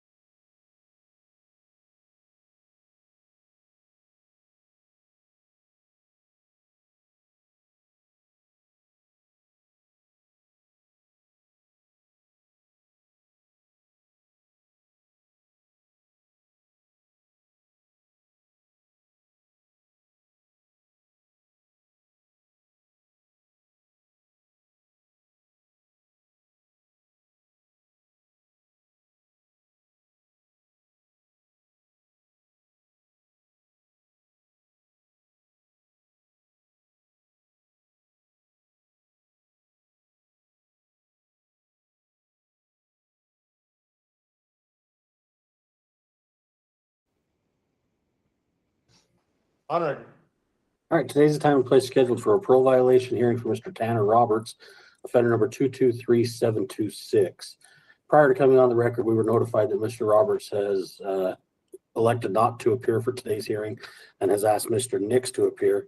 Also appearing today is Agent Anderson. Mr. Nix, how would you like to proceed? There are pending charges, so we would deny these allegations and ask to set out about 60 days.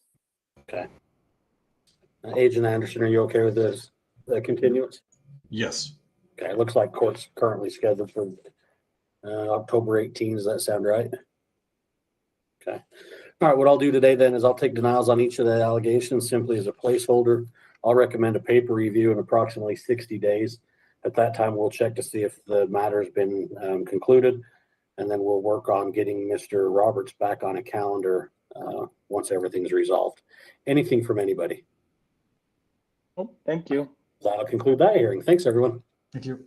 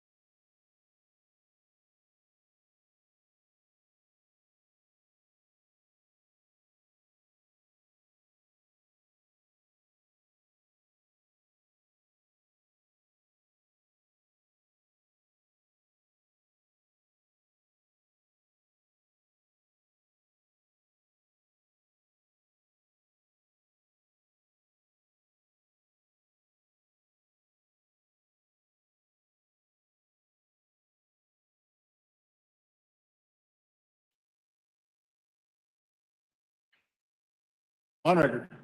All right, today's the time and place scheduled for a parole violation hearing for Mr. Jeremiah TAVEAPONT, offender number 232133. Is that you, sir? Yes, it is. Sir, my name is Jared Chappell. I'm a hearing officer with the Board of Pardons and Parole. I've been assigned to conduct your hearing today. On the monitor, you should be able to see your attorney, Mr. Nix, as well as Agent Montilla. Can you see each of them? Thank you. Okay. Mr. TAVEAPONT, Agent Montilla, I'll be taking testimony from each of you. If you could each raise your right hand to be placed under oath. Do each of you swear or affirm the testimony you're about to give will be truthful and accurate? Yes. All right, thank you. Mr. TAVEAPONT, did you receive at least 7 days notice of today's hearing? Yes, yes, I did, sir. About 6 days, yes. Okay. Did you receive your blue disclosure packet? Yes, I do. I got blood right here with me, sir. All right. Have you had a chance to review that information? Yes, I have. And did you have an opportunity to meet with your attorney earlier this week? You probably met with Ms. Conyers. Yeah, yes, I did. I talked to her already. Okay. Are you ready to proceed today? Yes, I am. All right. Mr. Nix, how would you like to proceed? Let's come. There are 10 allegations. Allegation 1, he would admit. 2, he would deny and ask to strike. 3, he would admit. 4, he would deny and ask to strike. 5, no contest. 6, he would admit. 7, admit. 8, admit. 9 and 10, I don't believe those are filed, so we would deny and ask to strike. Okay. I also have an 11. Ooh, an 11. It's part of that. Part of the that, same. so we'll deny and ask to strike. Okay. Agent Montilla, do you have an update on those criminal charges? Where are they at?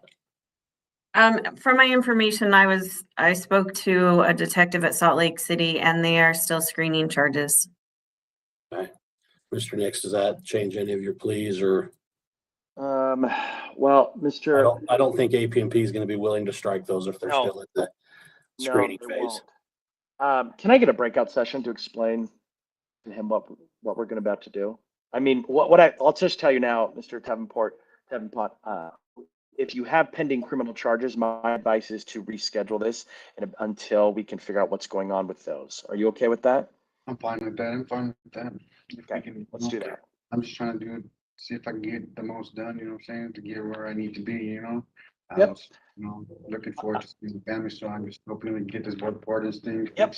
Okay, stop. Got it. We would deny, based on that, we would deny all allegations and ask to reschedule. Okay. Agent Montilla, you're stayed okay with the continuance? Yes. Okay. And then did you let the detective know that Mr. TAVEAPONT is incarcerated? Hopefully that'll speed them up so that he's not sitting here needlessly. Yes, they're aware. And unfortunately, it's just timing. That's fine. As long as they're aware, we just want to make sure that they were, that he's not just sitting there and they think that he's released out on the streets and they've got all the time. So, Yeah. okay. Mr. TAVEAPONT, any questions? No, I don't. Okay. Well, what I'll do today is I'll enter denials on each of the allegations simply as a placeholder. I'll recommend a paper review. That paper review will probably be in about 60 days approximately. And what that means is the board will go in and check to see if charges have been filed. And if they have, where that case is at. If they haven't, then the board may schedule another hearing at that time. So the hearing in 60 days, it'll be a paper review. It won't be an actual in-person hearing, okay? All right. And then Agent Montilla, if you hear between now and then that they're not going to charge, will you let us know so that we can get him back on the calendar sooner than later? I will. Okay, awesome. Questions or comments from anybody? All right, that'll conclude the hearing then. Thanks, everyone. Thanks, appreciate that.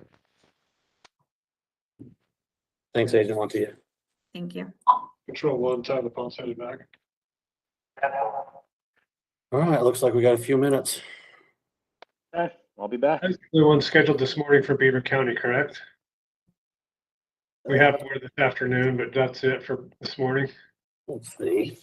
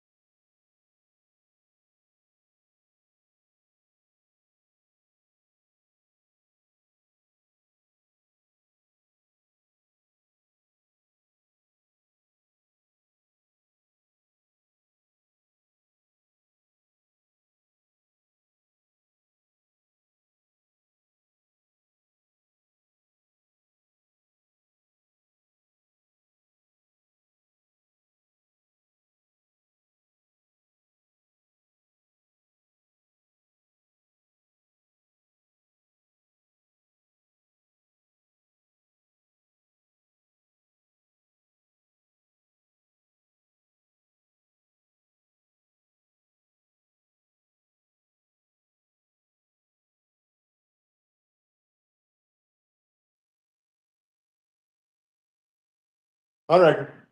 All right, today's the time and place scheduled for a parole violation hearing for Mr. Jerome Brooks, offender number 57836. Is that you, sir?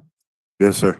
Sir, my name is Jared Chappell. I'm a hearing officer with the Board of Pardons and Parole. I've been assigned to conduct your hearing this morning. On the monitor, you should be able to see your attorney, Mr. Nix. You may have met with his colleague, Ms. Conyers, earlier this week. He's filling in for her today. And Okay. you should also be able to see Agent Hampton. Can you see each of them? Yeah. Okay. Mr. Brooks, Agent Hampton, I'll be taking testimony from you. If you could each raise your right hand to be placed under oath. Do each of you swear or affirm the testimony you're about to give will be truthful and accurate? I do. True. All right, thank you. Mr. Brooks, did you receive at least 7 days notice of today's hearing? Yes. Did you receive your blue disclosure packet? Yes. Have you had a chance to review that information? Yes. Did you have an opportunity to meet with your attorney? Yes. Are you ready to proceed? Yes. All right. Now, Mr. Nix, how would you like to proceed? Mr. Brooks will admit all 4 allegations. And your recommendation? Yes, 180 days and then back on parole. His goal is to be terminated as soon as possible and then move to a different state where his mother and sister reside. He has completed quite a few programs before. He indicates that he knows what he needs to do to be successful. That's all I have. Okay. The 180 days, is that with credit for time served? Yes. All right. Agent Hampton, your response and recommendation? I'm good with that recommendation. 180 days, which I believe fits with his case with Taylorsville, the Class Bs. And then if he is granted parole before any termination, that he also do domestic violence classes.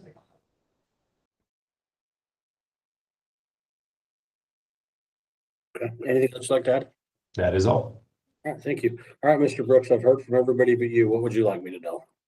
Like Mr. Hampton said, I did pick up the little Class Bs, but my goal is to just get out there. I had like 8 weeks to get off paper, and I blew everything because of my lack of keeping in contact with my parole officer, and I just lost focus on what I was doing. I know as soon as I went back to Utah County, it was going to be a bad nightmare for me, and I decided to try to go back there, and I knew I couldn't make it out there because that's where all my crime really occurred from, back in Utah County. As long as I was in Salt Lake, I was doing good, but I would like to do that class that he just recommended for me. If it's okay with the Board of Pardon, I want to try to get into one of them cook programs they have out there for guys like me, where I could do the program and also be a cook in one of the facilities they got out there, if that's okay for me asking you that, because I know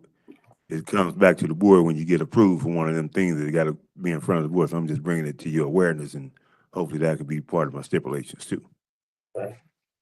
So tell me what led, I know you've got that new conviction like we've kind of talked about. What happened there? I can't hear you. With the new charge, what happened with the new charge and the new conviction? What happened? I was Class B. I was on my way.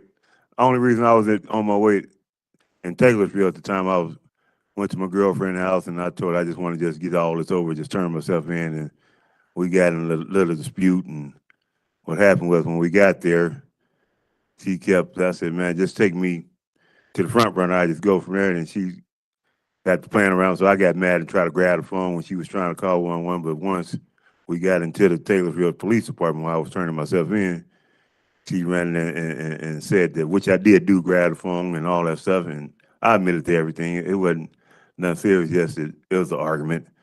So no physical contact or nothing like that. Okay.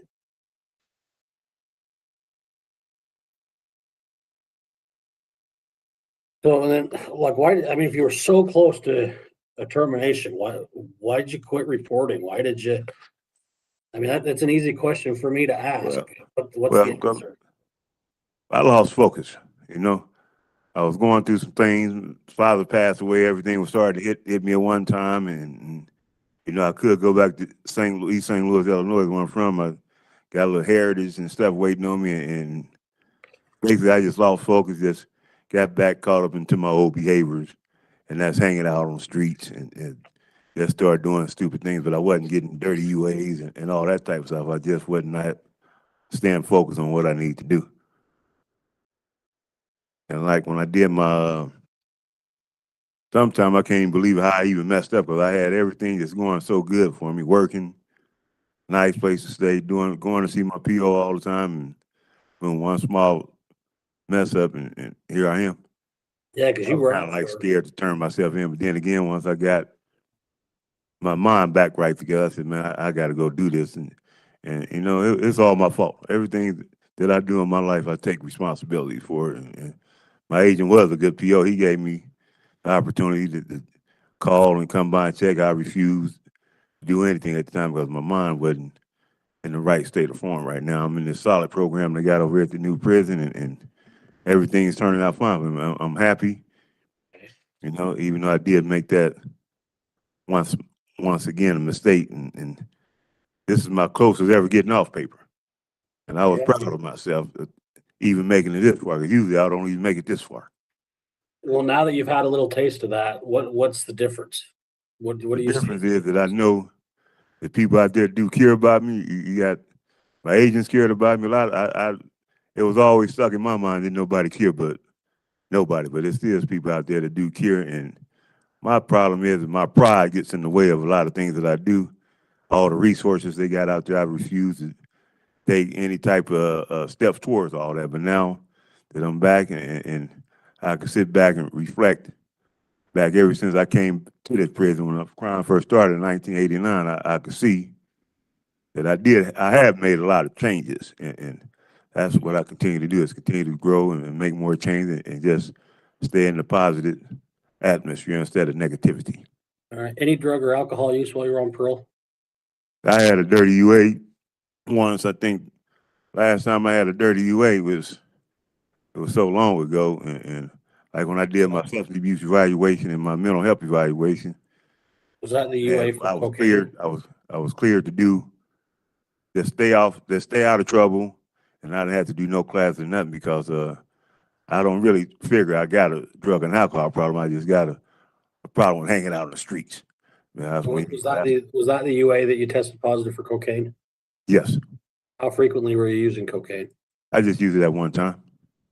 What about meth? Meth, when I was out in the streets doing bad things, that's what I like doing, selling meth. I don't have a problem with the meth. I just like the money that comes with it, but I gave all that type of lifestyle up. Yes. So while you were out, like the 4 months while you were a fugitive, you were selling meth, or before that? Before that, when I was a fugitive, my mind was here and there. I didn't know which way to go. I didn't know who I should turn to, and you know, it was just a big roller coaster. It's going from house to house, street to street. Any gang involvement? No gang involvement. Any mental health concerns? No mental health concern. And how's your physical health? Real good. I ain't never had no physical problems ever in my life. I don't take medication. I don't do none of that. All right, you're able to hold a job, get to where you need to be, things Yes. like that. Okay. So what's your plan moving forward if the board were to grant you another parole? Well, my plan moving forward is just stay focused, staying focused, and just doing the right thing that I need to do, and take advantages of all the resources and things that they do have out there for me. I'll be 60 years old in 2 months, and it's a shame that I keep coming back here for stupidity things because of the way my attitude was, and the way that I didn't even care. Do you have an address? Well, not right now. I don't have an address, but I could get one, but it's not one available for me right now. So I just want to be in a at positive. this point, you'd have to go to a community center if you were. What'd you say, sir? You'd have to go to a community center, and you talked about the cook program. Yes. If I could do that, that would be just perfect for me, because then I could just set myself up for getting a place and saving money while I'm doing that cook program, whatever I had to do to just do things on my own instead of looking out for help. Have you ever looked at an interstate compact to Illinois rather than waiting? Well, I thought about interstate compact, but then again, I didn't really put the effort into it. I thought about it, but I never really put the effort in to doing the interstate conflict. But my main goal right now, even though I don't like to have goals and bring up goals, is I told myself when I came like this time, I'm gonna make this parole before I do anything, and that's what I want to do. I know I came so close to doing it. I know it could be done. I just got to stay focused and keep my mind on the right track. Well, I mean, if there's one thing I know about Agent Hampton, he's willing to work with you. But Yes. as soon as you abscond, he doesn't have any options anymore, right? Yeah, he tried to contact me. Like the reason Yeah. I lost contact with Agent Hampton is because phones got taken and phone numbers changed, and they came by my residence, and I wasn't there. I was supposed to go report the Provo region, and when I even told Agent Hampton that, when I mentioned Provo, I knew what I was out to do and what was going to happen. Yeah. Because down there is where I picked up all my distributions and my DUIs, and that's where I know everybody. As long as I was in Salt Lake, I was just fine. But once I got into that little altercation with my girlfriend, to make a long story short, it was my fault. I was trying to do some things I shouldn't have been doing, trying to see another girl, and she got mad. And what blew me off the roof was when she told me she urinated on all my stuff. And that threw me up for a big old no. And I learned from that mistake, but it was me trying to do something slick. All right. Was there anything else you want to discuss that we haven't covered? Me? Yes, sir. No, I didn't cover everything I had to cover.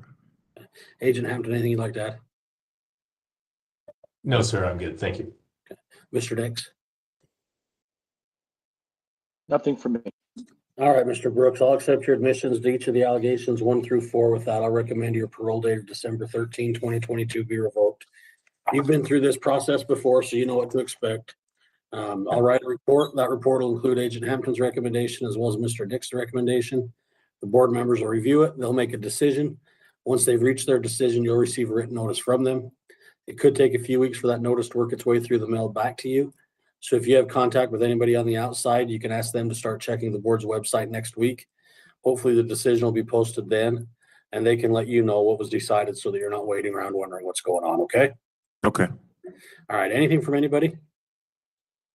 Hearing nothing, that'll conclude the hearing. Thanks, everyone. Thank you. Good luck, Mr. Brooks. Thank you.